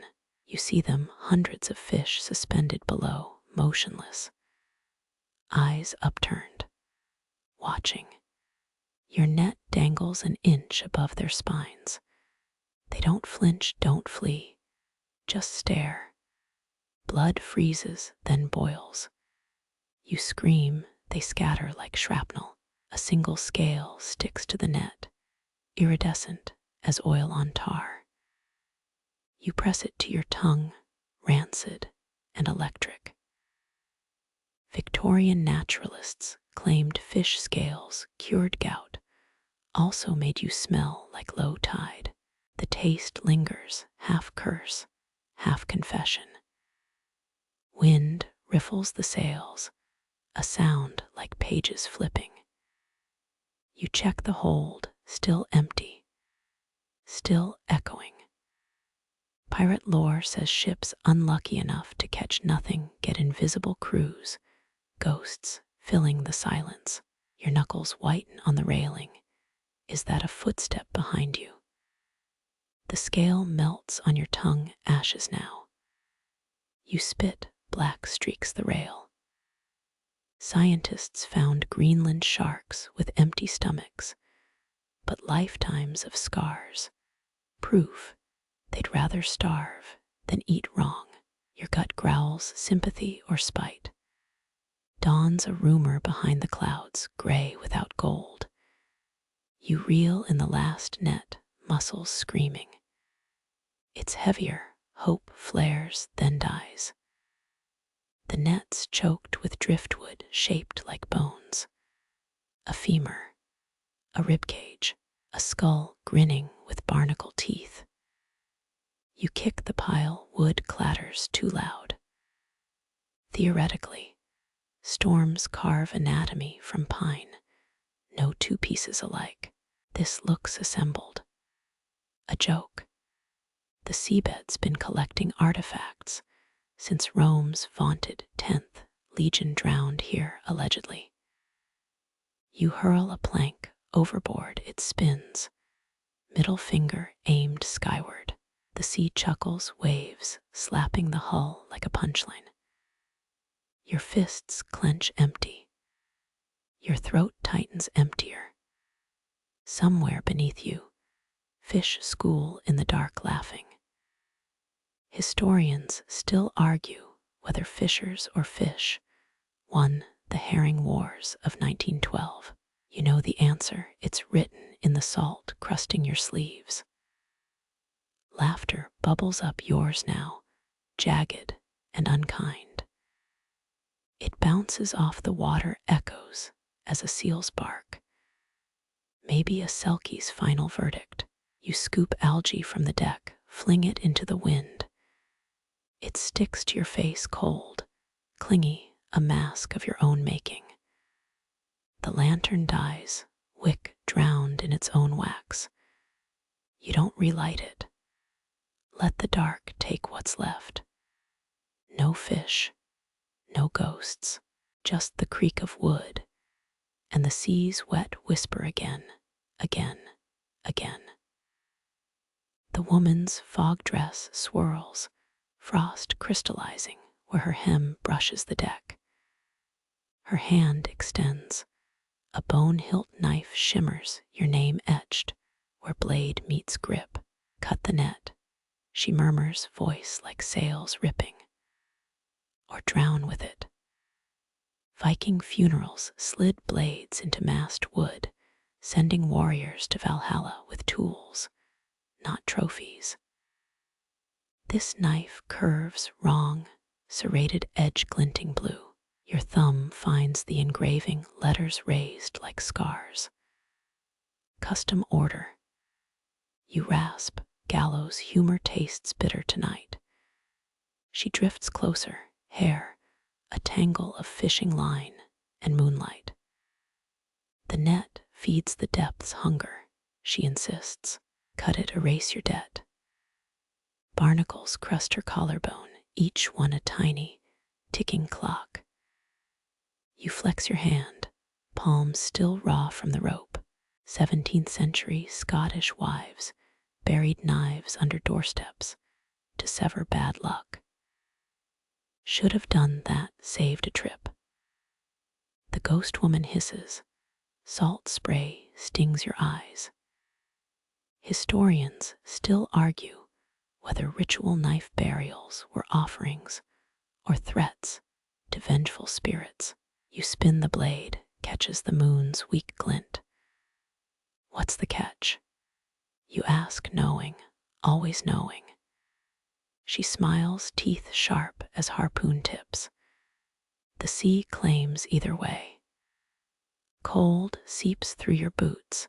The deck groans like a living thing. Below, something massive brushes the hull, slow, deliberate. Waiting. You kneel, grit grinds into your knees. The net coils, still dripping, last night's failure hardening into rope scars. North Sea trappers told tales of not wraiths, spirits who haunted uncut lines. Your knife hovers, steel humming. One slash, the top rope snaps, twanging like a bass string. The boat shudders, wood splintering beneath you. Two more cuts, the net unravels, a serpent shedding skin. Smoke curls from the severed strands, burning hair and brine. The woman's form flickers, transparent now. You'll thank me, she whispers, fading into the salt air. When the counting starts, the remaining net writhes, knots tightening like fists. You hack faster, blur of steel and hemp. Your name glows on the hilt, pulsing with each strike. 12 slices, 12 gasps from the deep. Deck boards warp, water seeps through fresh cracks. Historians debate whether the Halifax Harbor Devil's Rope of 1823 was sabotage or sentience. You don't care the last fiber parts, net fragments slithering overboard. Silence. Then a sigh rises from the waves, relief or regret. The knife crumbles, oxidizes midair, rust, dust staining your palm. You exhale, first real breath since shore. The woman's voice lingers, distant now, smarter than the others. Fish scales glint below, not fleeing. Saluting. Your empty hands feel lighter, sinuses full of storm and iron. Dawn remains a liar on the horizon. You slump against the mast, knees pulled to chest. The boat drifts, rudderless, netless, alive. The blade bites, a wet crunch, as if the rope's been waiting to scream. Fibers part, not clean, splintering into wiry tongues that lick your wrists. That ghost woman's knife crumbles now, rust flakes, sticking to your sweat like bad glitter. 1712's Spanish treasure fleet sank with 50 tons of silver beneath these same stars. A fact you mutter as the last threads snap. Something gurgles below, a sound between a sob and a drain. Your fingers cramp, still clutching phantom hemp. Fisherman once spat on bait for luck. Maybe you should have aimed better. The net's remnants slither overboard, black eels fleeing a deeper black. Historians still argue whether Captain Kidd's missing loot cursed ships or just attracted sharks. You don't ponder, just watch pearly fragments dissolve. Their glow dims, salt grits your molars, sweetness rotting to iodine. The boat lists starboard rail kissing foam. A shudder runs through the keel wood, groaning like a stepped-on vault. You half expect coins to spill or bones. Instead, silence. Thick, edible, dawn stays hidden, moon lingering like a nosy neighbor. Your boots squelch, testing the deck's loyalty. Solid enough. Barely. That's when you see it, the knife's hilt. Or what's left. An oxidized lump, your name, now a tumor on the metal. You kick it, it skitters, plops into the drink. Bad tattoo, you tell the waves. They don't laugh. Fair. Wind shifts, carrying diesel and dead lobster traps. Shores closer. Pier lights blinking Morse code you're too tired to decipher. The rudder's free, no net to tangle it. But steering feels loose. Like the seas giving up custody. Your pocket buzzes. You flinch. Just the last pearl or its ghost, vibrating like a dying phone. Pull it out, gray and cracked, a fossilized aspirin. Toss it. A gull dives, snatches the lump midair, rejects it. Yeah, you nod, me too. The horizon flinches, pink sneaking into purple. Your throat burns, thirsty for something that isn't salt. 18th century sailors drank rum to mute scurvy's sting, but your flask holds air and regret. Something nudges the boat, not waves, deliberate, rhythmic. You lean over, expecting eyes. Only bubbles rise, each one a perfect O. A chill creeps up your neck, different from the wind. That old story flashes, HMS Endeavour, Captain Cook's old ship sold for scrap. Then, poof, vanished. Some say the sea reclaimed it. You grip the rail, knuckles white. The bubbles stop. When you straighten, your reflection stares back from calm water. Sort of. Your face ripples, features melting, reforming younger. Then older. Then a wave slaps the hull, the image shatters. You step back, boot squeaking on damp wood. Not today, you tell the ocean. I'm too underpaid for this. The boat drifts, bow swinging toward shore like a compass needle, finding north. Letting go feels illegal after all that, but the wheel stays slack. You sit back against the crate. Something digs into your spine, a single shard of pearl. You flick it, watch as it arc, catch the first true sunlight. For a heartbeat, it's beautiful. Then it's gone. Engines thrum, a trawler passes portside. Men wave, you almost wave back. Their nets billow, full and dripping. One crewman points at you. The horizon. His mouth moves, words stolen by wind. You nod anyway. Professional courtesy. The pier grows, details sharpening. Warped planks. Missing pilings. That crooked nail you snagged your sleeve on 3 lifetimes ago. It's still there, rusty sentinel. Your boat grinds against the dock, wood kissing wood. No applause. No ghosts. Just a cormorant watching from a piling, judging your empty hold. You stand, legs wobbly as a foal's. The first step onto planks feels stickier than expected. Tar, you glance down, no. Just salt crust, gluing boot to lumber. A pop, then another, as you peel toward the shore. Somewhere, a radio plays. Tinny accordion music. It fades as you reach the parking lot, gravel crunching underfoot. Your truck waits, a decade older than when you left. Key still taped above the tire. But you pause, fingers brushing the door handle. The scent hits you, low tide and motor oil. Normal, then lavender. You turn, no source, just the pier shrinking in dawn's glare. A laugh bubbles up, raw and startled. You clamp a hand over your mouth. Too loud, too alive. The cormorant dives, a black arrow piercing the waves. You watch, wait for it to resurface. It doesn't.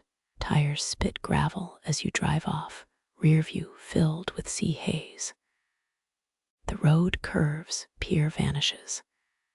Your chest aches, something between a wound and a gift. Rain starts, fat drops smearing the salt on your windshield. You flip wipers on, off, on. Their squeak syncs with your pulse. Somewhere past the marina, a figure stands roadside. Dress like fog, hair full of hooks. You blink, she's gone. Just mailboxes. You exhale, slow, fingers drumming the wheel. The radio hisses, no station, just static. Beneath it, a hum. Familiar. Irritating. Not my problem, you tell the windshield. But you're smiling. Sort of. Pink bleeds through the clouds, streaky as watercolor on cheap paper. Your truck coughs, a noise between a seal bark and a backfiring rifle as you round the bend. That's when you see it, the pier. Crooked planks glowing like bone under the newborn sun. Historians note Scotland exported 6 million barrels of herring during the 1700s boom. Half those fish, probably dodged worse piers than this. You kill the engine. Silence pours in. Waves shush the shore, a parent calming a child after nightmares. Pebbles crunch under your boots each step a gamble on loose shale. The smell hits, rotten kelp and diesel, nostalgia's ugly cousin. Tackle boxes lie open, rusted lures glinting like dental work. A lone gull perches on a piling, side-eyeing your empty hands. Don't start, you mutter. It flies off, indignant. Salt crusts the rail. You scrape a fingernail through it. Flakes spiral down. A tiny snow globe of Dead Sea. Local legends claim old fishermen painted their doors blue to ward off drowned souls. Yours was red. Look how that turned out. The planks groan a chorus of aches as you walk. Your shadow stretches, long and wavering, a tattered flag. At the pier's end, a beer bottle. Green glass fogged by tides. You kick it, watch as it sink, bubbles rising in a giggle. Waves lap the pilings, a sound metric tons of Georgian herring heard before doom. You lean elbows on wood gone soft as driftwood. Something brushes your ankle, seaweed or eel or imagination. You don't look.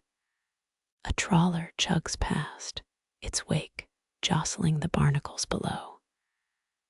A crewman waves. You raise 2 fingers. Rules of the sea always answer, never mean it. Sun climbs, stinging your salt-cured face.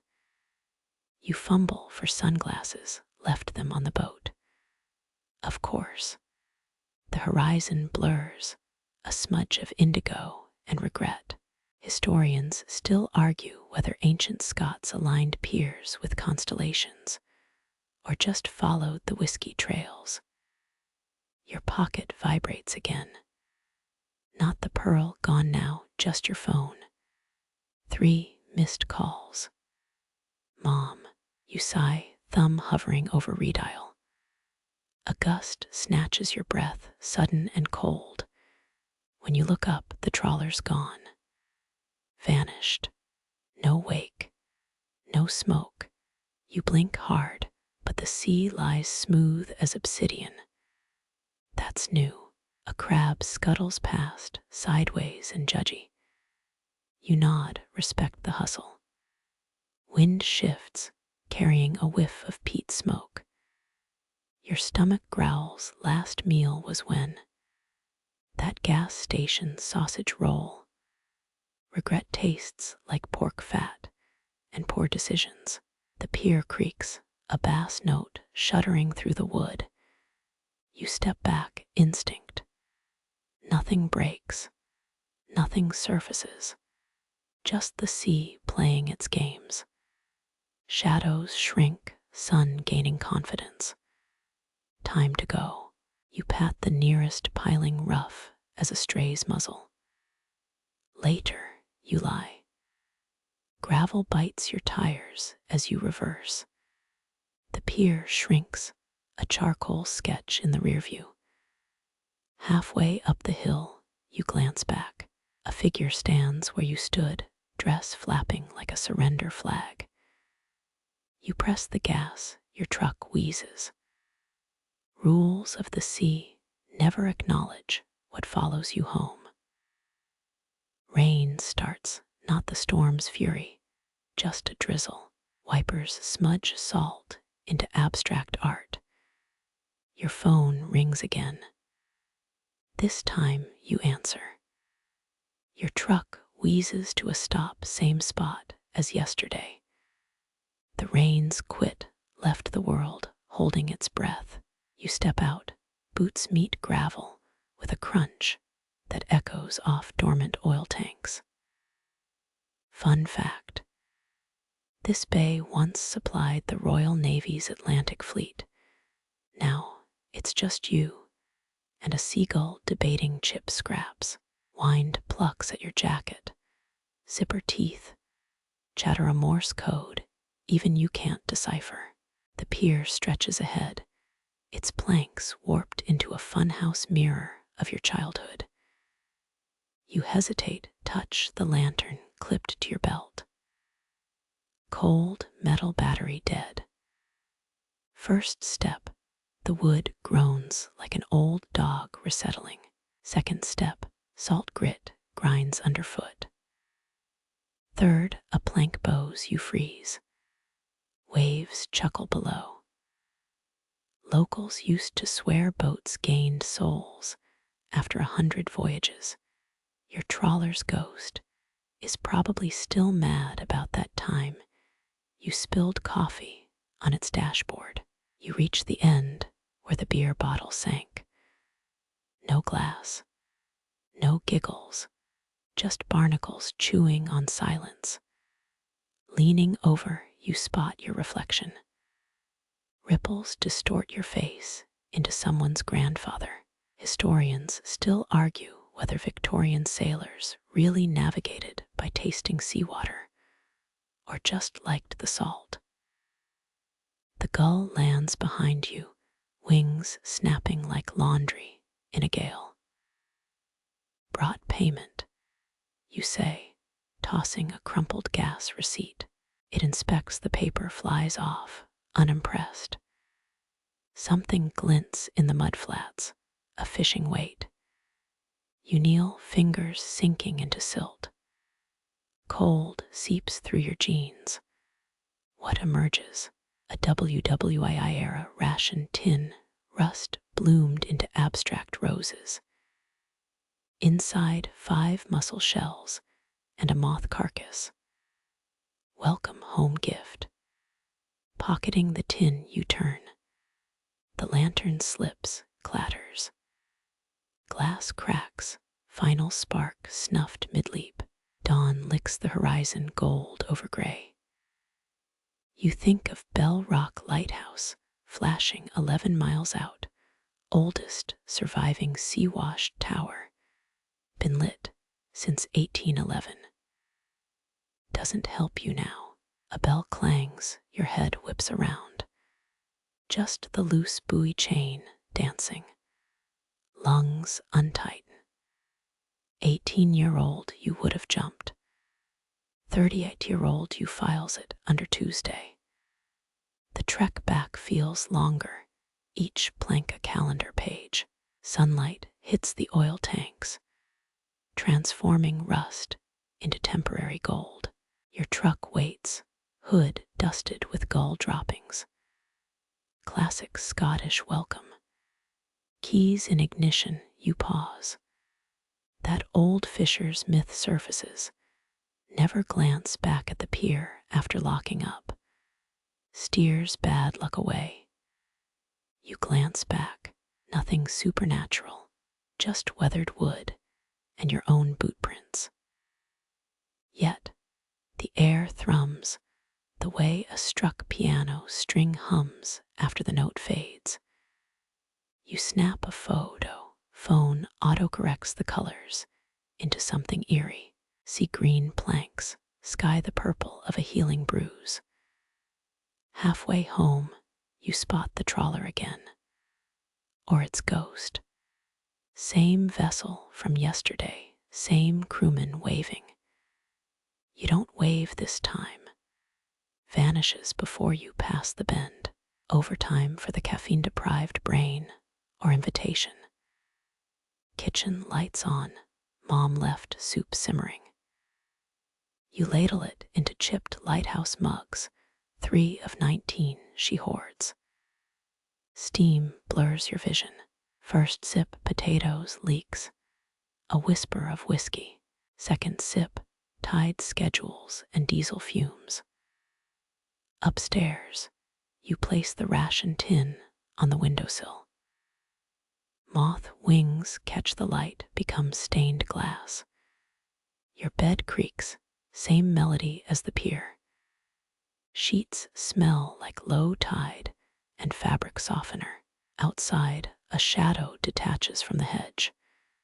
Not a cat, not the wind. You draw the curtain, threadbare cotton fraying at the hem. Let the sea keep its secrets tonight. Sleep comes heavy as an anchor. Dreams paint the ceiling, pearls dissolving into smoke. A woman's voice, threading through the hiss of retreating waves. Rest now. We'll meet at the next tide. Dawn filters through your blinds, stripes of gold, unpolished floorboards. You peel off salt-stiff socks, pad to the shower. Water pressures a joke, dribbles like a shy fountain. First towel swipe reveals it. Your reflection's pupils glow faintly green. Blink gone. Probably just sleep crust. Probably you flick off the light, hum the trawler's forgotten engine song.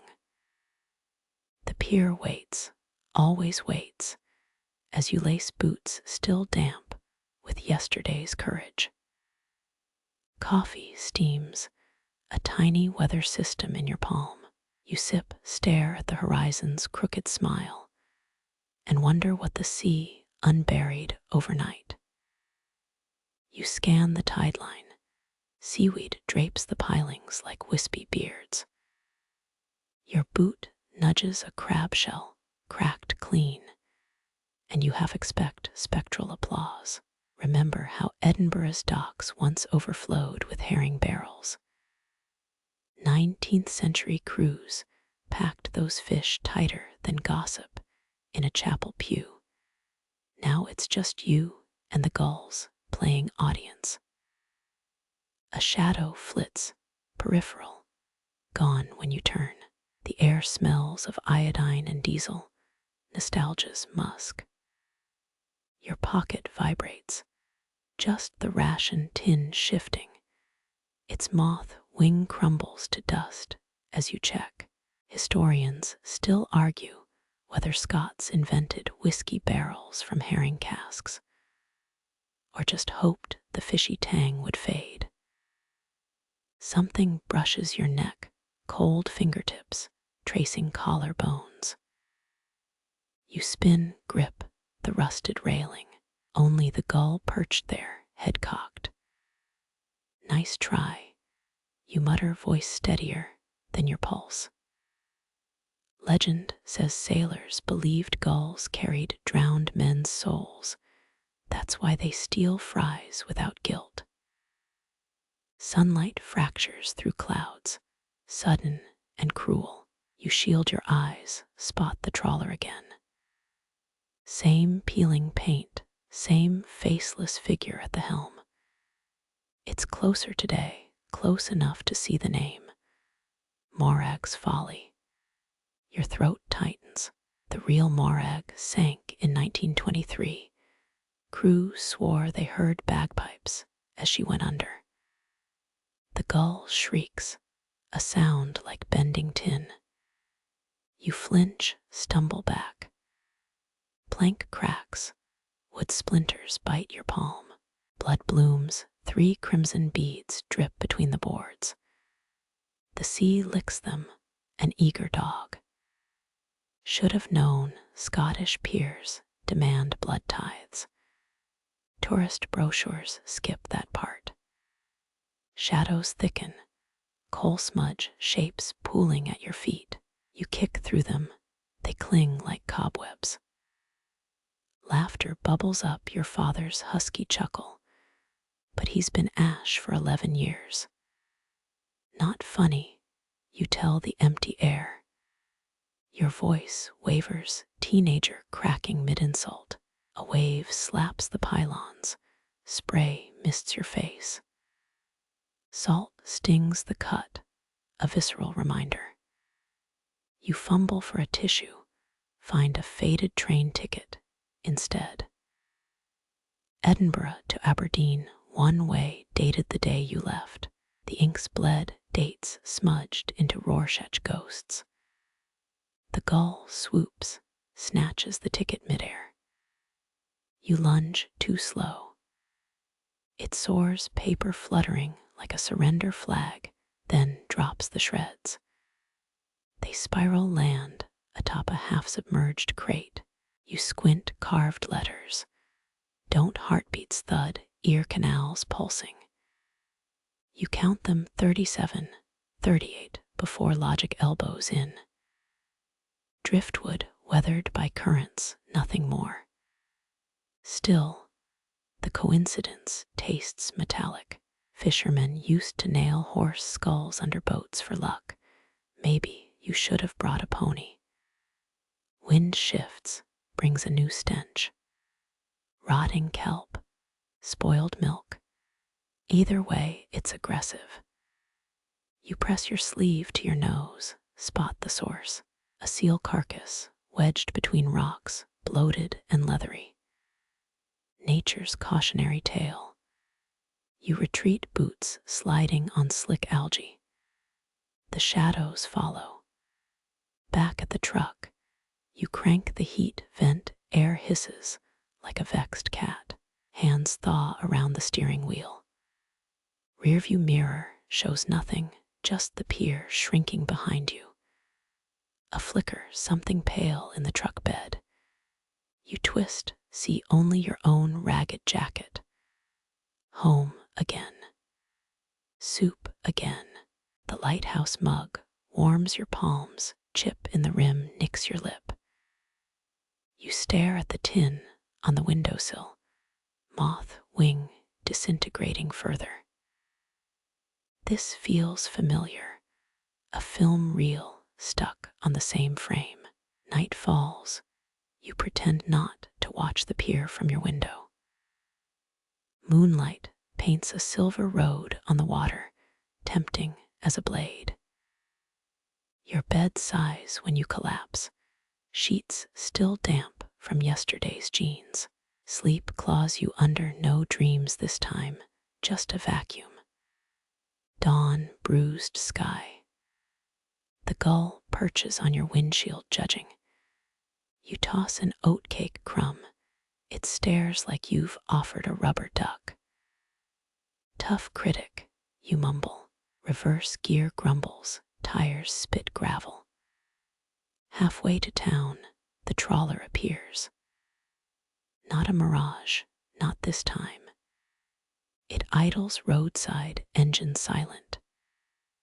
The figure leans over the rail, sunlight slices through it, revealing ribs, vertebrae, hollows where eyes should be. You hit the gas, the library's fluorescent lights buzz, you squint at microfiche. Morag's Folly sank October 8, 1923. 0 survivors. Obituary blurbs list the crew: James MacLeod, age 19, your grandfather's name. Your fingers freeze on the dial. Coincidences are just God's inside jokes, but this one feels downright mean. Pavement cracks snag your soles as you exit. Rain starts needle sharp. You pull your hood up, fabric smells of mildew and cheap detergent. The shadows huddle close, their chill seeping through denim. You hum tuneless to drown the silence. Your phone dings Mum's text. Soup's on. 3 words, a lifeline. You type THNX, thumb hovering over send. Delete. Type love you, send. The walk home's a blur, puddles reflect streetlights as smeared halos. Key bites the lock door, creaks its usual protest. Heat wraps you, radiator's metallic sigh. You shed layers, scarf, jacket, illusions of courage. Bed again, ceiling again. Shadows writhe, forming faces you almost recognize. You close your eyes, let the tide of exhaustion pull you under. Somewhere, a gull cries, or a woman, or the wind whispering rest. Just rest. A morning light pricks your eyelids, pale and insistent. Salt crusts your cheeks, tears or spray. Doesn't matter. The pier waits, always waits, as you lace boots with fingers still stiff from sleep. Coffee steams. You pour some on the ground, libation for whatever's listening. The first step onto warped wood feels lighter, like the pier's stopped holding its breath. Shadows ripple, but don't cling. The gull watches, silent now. You reach the end, grip the railing, and for once, don't check over your shoulder. Waves slap the pylons, rhythm syncopated, almost musical. You peel a rust fleck from the rail, let it fall. The sea swallows it, no splash, no ripple. You lean into the wind, let it take what it wants. Somewhere behind you, cloth rustles. Familiar hands press your shoulders, warm this time, gone before you can turn. The gull cries once, a sound like your childhood nickname. You nod, eyes on the horizon, and whisper okay. The path back seems shorter, gravel crunching a farewell hymn. Keys jingle, ignition roars. You glance at the pier, sunlit and ordinary, then drive east. Shadows dance in the rear view, not following, just waving. Wind combs your hair into salt-stiff peaks. As you kneel, planks digging crescents into your knees. The rusted hook rests in your palm cold, despite the noon glare. Victorian sailors used to drop personal relics, overboard pocket watches, wedding rings, as offerings to whatever lurked below. You wonder if their trinkets ever helped. The hook's barb catches sunlight, a brief wink before you hurl it seaward.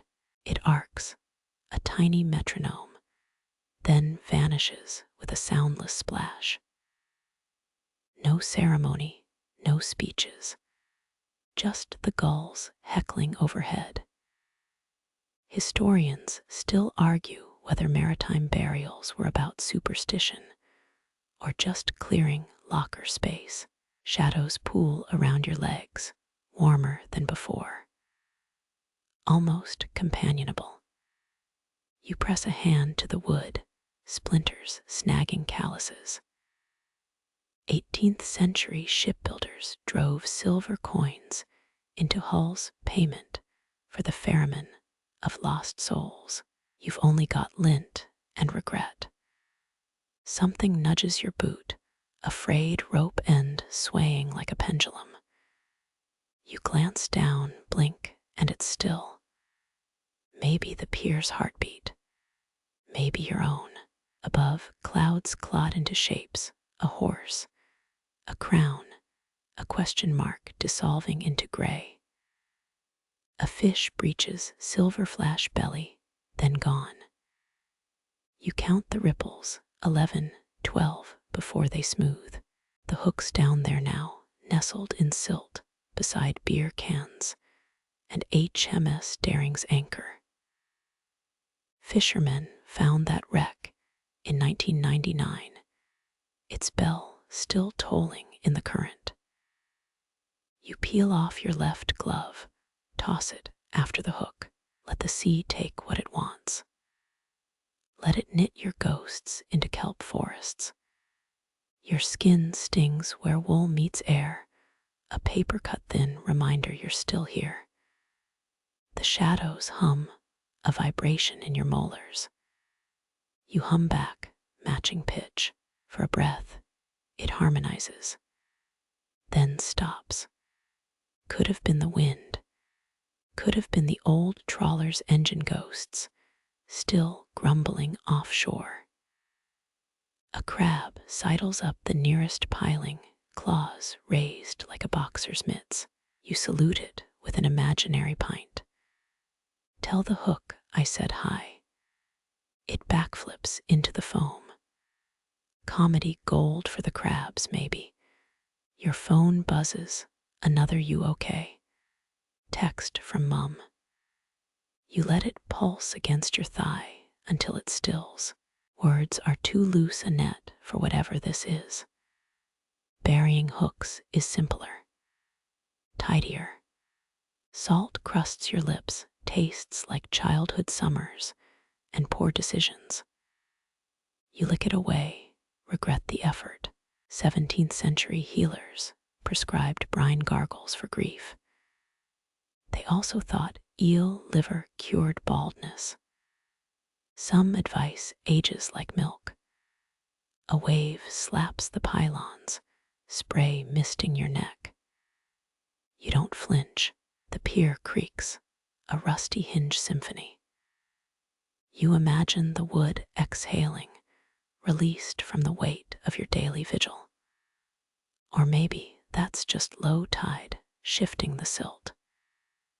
You stand, boots protesting, and nearly trip over a rope coil. It loops around your ankle, mockingly snug.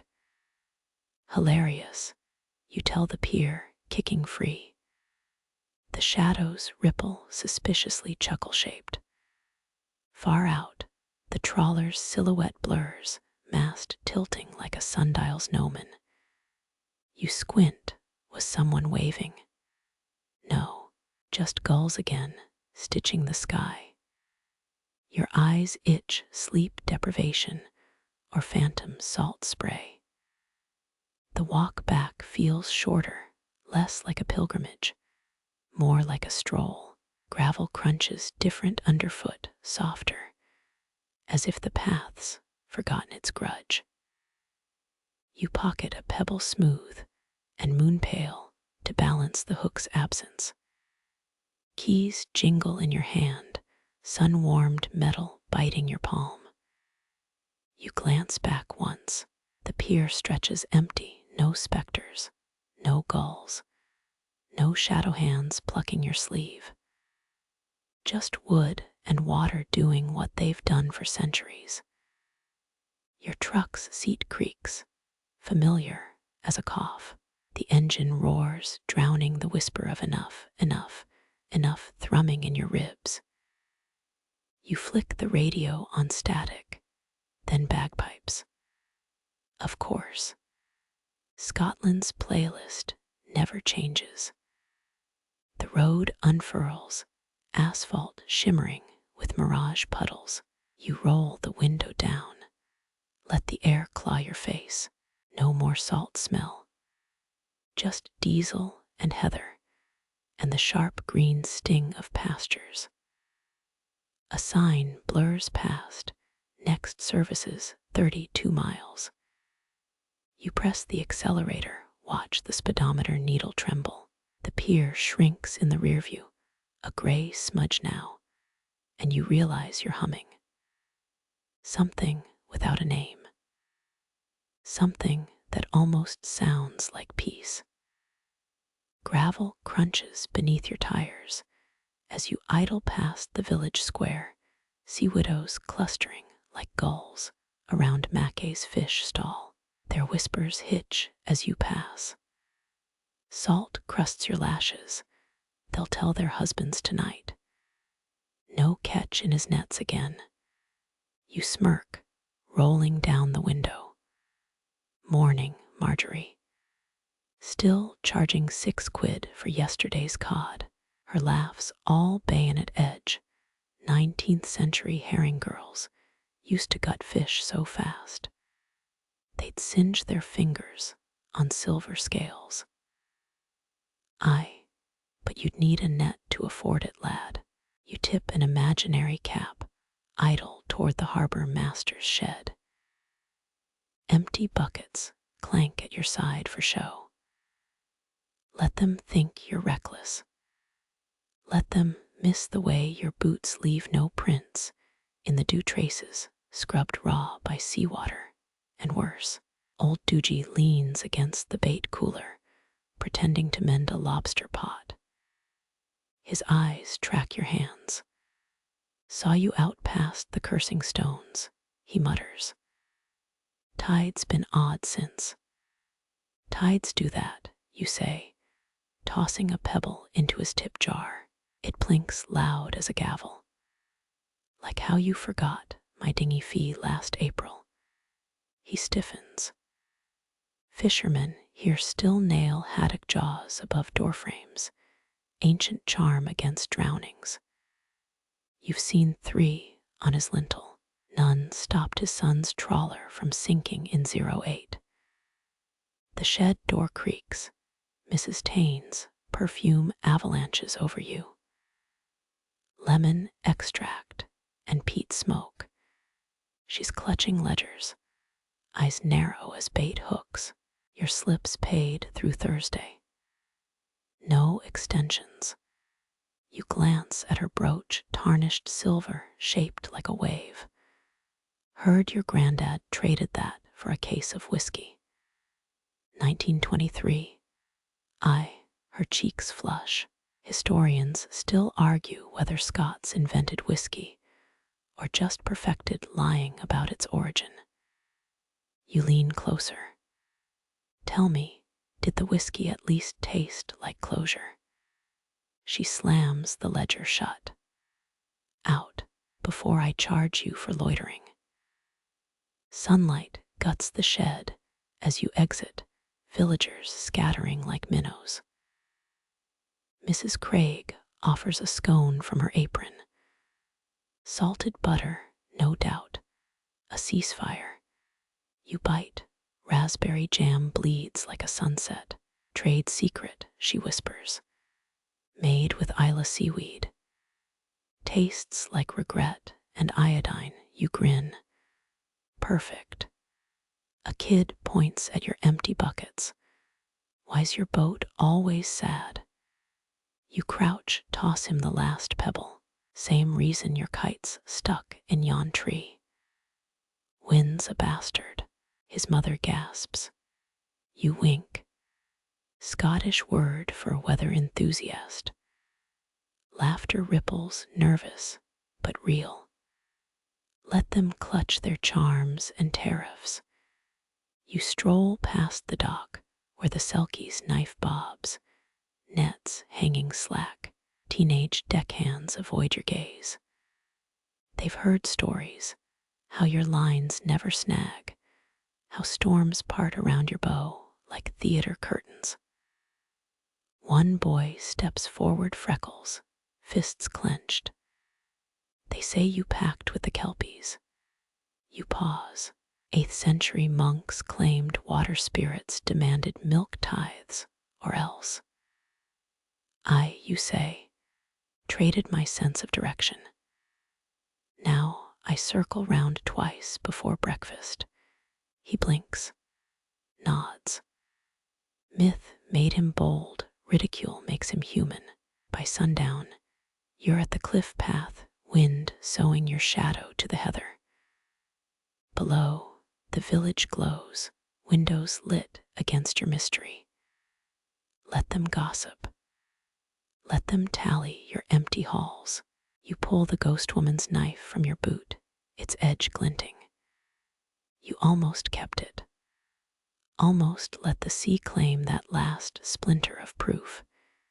Instead, you fling it over the edge, watch silver vanish into surf. No splash. No echo, just the gull's dwindling cries. Treasures discarded. Sure, but some debts aren't measured in pearl or rust. Your pockets hold nothing now save lint and a scone crumb. You lick your thumb, sweet and salt fused, and walk home. Behind you, waves chew the cliffside. Ahead, porch lights bloom like earthbound stars. The village shrinks with each step, its noise fading to a hum. You smile. Let them wonder what you threw away. Moon grit coats your palms as you settle on rotten planks. 16 generations of MacLeods once fished these waters. Their bone needles rest in museum cases. Now yours are called reckless antiques when you mend nets. The moon perches low, a Cheshire cat grin. Historians still argue whether Vikings first navigated these straits by star or by stealing Pictish tide charts. Your toes graze the brine. It's warmer tonight. Spring tides, the old folks say, when herring rise to dance with phosphorescence. You shuck a mussel with your thumbnail, slip the flesh into the current. An offering, snack, depends who's watching.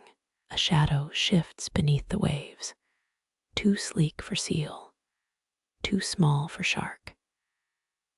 8th century monks swore selkies smuggled saints' relics in their pelts. You half expect a paw to surface clutching a saint's molar. Wind riffles your collar, it carries a tune. Not bagpipes, something older. Norse sailors supposedly lured whales by humming through sheep femurs. You try a hum. The water stills, a single bubble rises.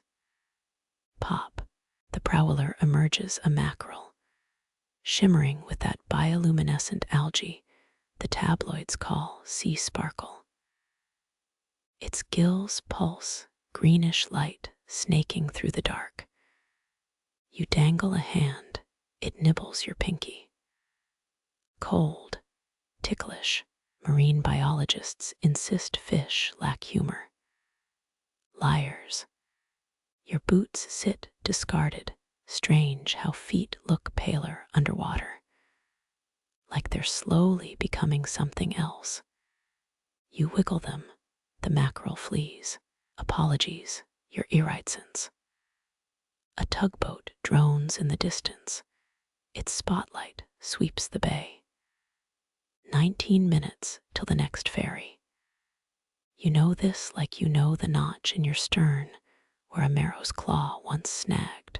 A crab scuttles up the piling, carrying what looks like a soda can tab. Treasure, in crustacean terms. You flick it a barnacle, it drops the tab, snaps the prize, retreats. Fair trade, the moon's higher now. Its reflection shatters as waves nudge the pier. Someone nailed horseshoes to these posts once, 4 rusted arcs beneath your thigh. Protection against kelpies, maybe. Or farrier guilt. A gull lands beside you, one-legged. You break off a corner of Mrs. Craig's thief scone. Don't tell the village, you murmur. It gulps the crumb, squawks something that rhymes with blackmail. Salt crystallizes on your jeans, stiff as chainmail. You peel a flake, toss it. The wind carries it west, toward the Hebrides, toward the trench where the selkie's knife now sleeps. The cold finally bites. You lean back on splintered wood. Above, Orion's belt glints. 3 stars Edinburgh tourists think spell USA. You snort. A wave slaps the pylons. Spray mists your neck. It feels like fingers, like the ghost woman testing if you'll flinch. You don't. Funny how every harbor has that one drunk who claims Atlantis sank off Lewis. You've dived those kelp forests, found tractors, not tridents. Still watching moonlight braid the surf, you almost get it. The tide's turning, kelp strands stretch toward open sea. You stand, the pier sways like a cradle, or a coffin, depends on the decade. One last look east, village windows are ointment glow against the black. 300 years back, fisherwives lit peat fires to guide boats home. You pocket a pebble, red as banked coals. The sea exhales a sigh that chills your spine. You smile. Tomorrow's storm brews beyond the horizon already. You taste its bratwheat tang on the wind.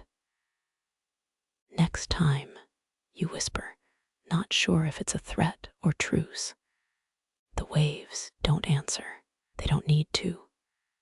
Constellations spin, a whirl of ancient dots your ancestors mapped onto whale bones. Polaris winks, steady as a nail hammered into the sky's black hide. You trace Ursa Major's paw. It's smaller tonight, thimbled by the haze rolling off the Atlantic. Viking grave markers aligned with this constellation, their longships pointed north, even in death. You wonder if their ghosts ever tire of the view. The pier groans, a bass note under the stars' high hum. Waves slap the pilings, rhythmic as a loom weaving salt into your sleeves. Your spine molds to the planks, rough grain against wool. Funny how a midnight cradle feels softer than your bed. A satellite blinks west, modern Orion's arrow. You squint too slow for the ISS, too dim for Starlink. Some conspiracy forums claim Cold War era spy tech still orbits, rusted and rogue. You salute it, just in case. Breath plumes, white ghosts merging with the Milky Way. Sailors once called it Bith Shepherd, the silver path lost souls walk home. You pocket the pebble from earlier, its warmth barely there, a coal turned fossil. Your Boothiel taps the piling, 9 hollow knocks echo. 300 years ago to the hour, the white hair sank here. Lost 18 hands, all MacDonald's. Historians still argue whether it was storm or smuggled gunpowder that split her hull. The breeze shifts, smells of bergamot and brine. Mrs. Craig's tea obsession seeps even into the night. You smirk. She denied dyeing her hair with Earl Grey if asked. A wave licks your dangling hand, colder now, toothy as a selkie's grin. Phosphorescence glimmers in its wake, tiny galaxies swirling into the dark. Marine biologists say it's algae. You prefer the tailies of mermaid spit, lighting the way for drowned sweethearts. Stars smudge your eyes, adjusting. That's Sirius, or maybe Rigel. Once, you could name them all.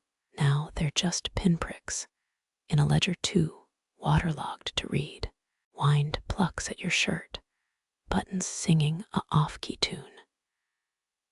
The village idiot swore jackets absorb moonlight, spun yarns about Victorian ladies catching pneumonia from stingy stars. You button up, moon pneumonia sounds like a haiku waiting to happen. The horizon blinks once, twice, a freighter's antennae winking Morse. You've forgotten the code, if you ever knew. Might be hello, might be turn back. Your thumb finds the notch in the pier, where grain splinters into a perfect V carved by rope or teeth. Doesn't matter. You count the grooves, 11. One for each failed trip beyond the headland. A dog barks miles inland. Sound carries weird over water, could be a corgi or a coyote. Scotland's had both, though the coyote was probably a taxidermist's prank. The pebble slips from your grip, plunks into the ink below. Ripples erase its descent. No splash, just a wet gulp. You wait, half expecting the ghost woman to toss it back. She doesn't. Clouds swallow the moon, sudden as a priest's cough during a vow. Darkness clots the kind that etches itself behind your lids. You blink, stars reboot, fainter now. Your fingers drum an old rhythm, shave, and a haircut. The pier answers, 5 creaks. Coincidence, probably. You try smoke on the water, it retorts with barnacle rain. Fair enough. Tide's edge retreats, strands of kelp hiss against sand. One glistens, a Venus's necklace eons from its namesake. Biologists say its bulbs hold carbon monoxide, deadly as car exhaust. You snap a strand, bubbles rise, popping like grudges let go. Fatigue arrives, a thief easing into your joints. You slump, head pillowed on the life vest that's never seen a crisis. The stars smear, Orion's sword dips, a fisherman gutting the night. Breath slows, waves soften, the pier rocks, a metronome for the almost asleep. Somewhere, a mackerel drifts, its sparkle dimmed. Somewhere, the storm rehearses tomorrow's rage. Here, the dark hums a lullaby older than anchors, older than maps, older than next time. You sink not into sleep, but that murky layer where memory and tide pool blend. The sea murmurs 3 words, same as always. You don't hear them. You don't need to. Constellations melt, their sharp edges blurred by the tide of your breath. Polaris dims, a thumbprint on God's blacked-out lamp. You count the waves instead, 23, 24, each crest a wrinkled sheet tucking itself around the pier.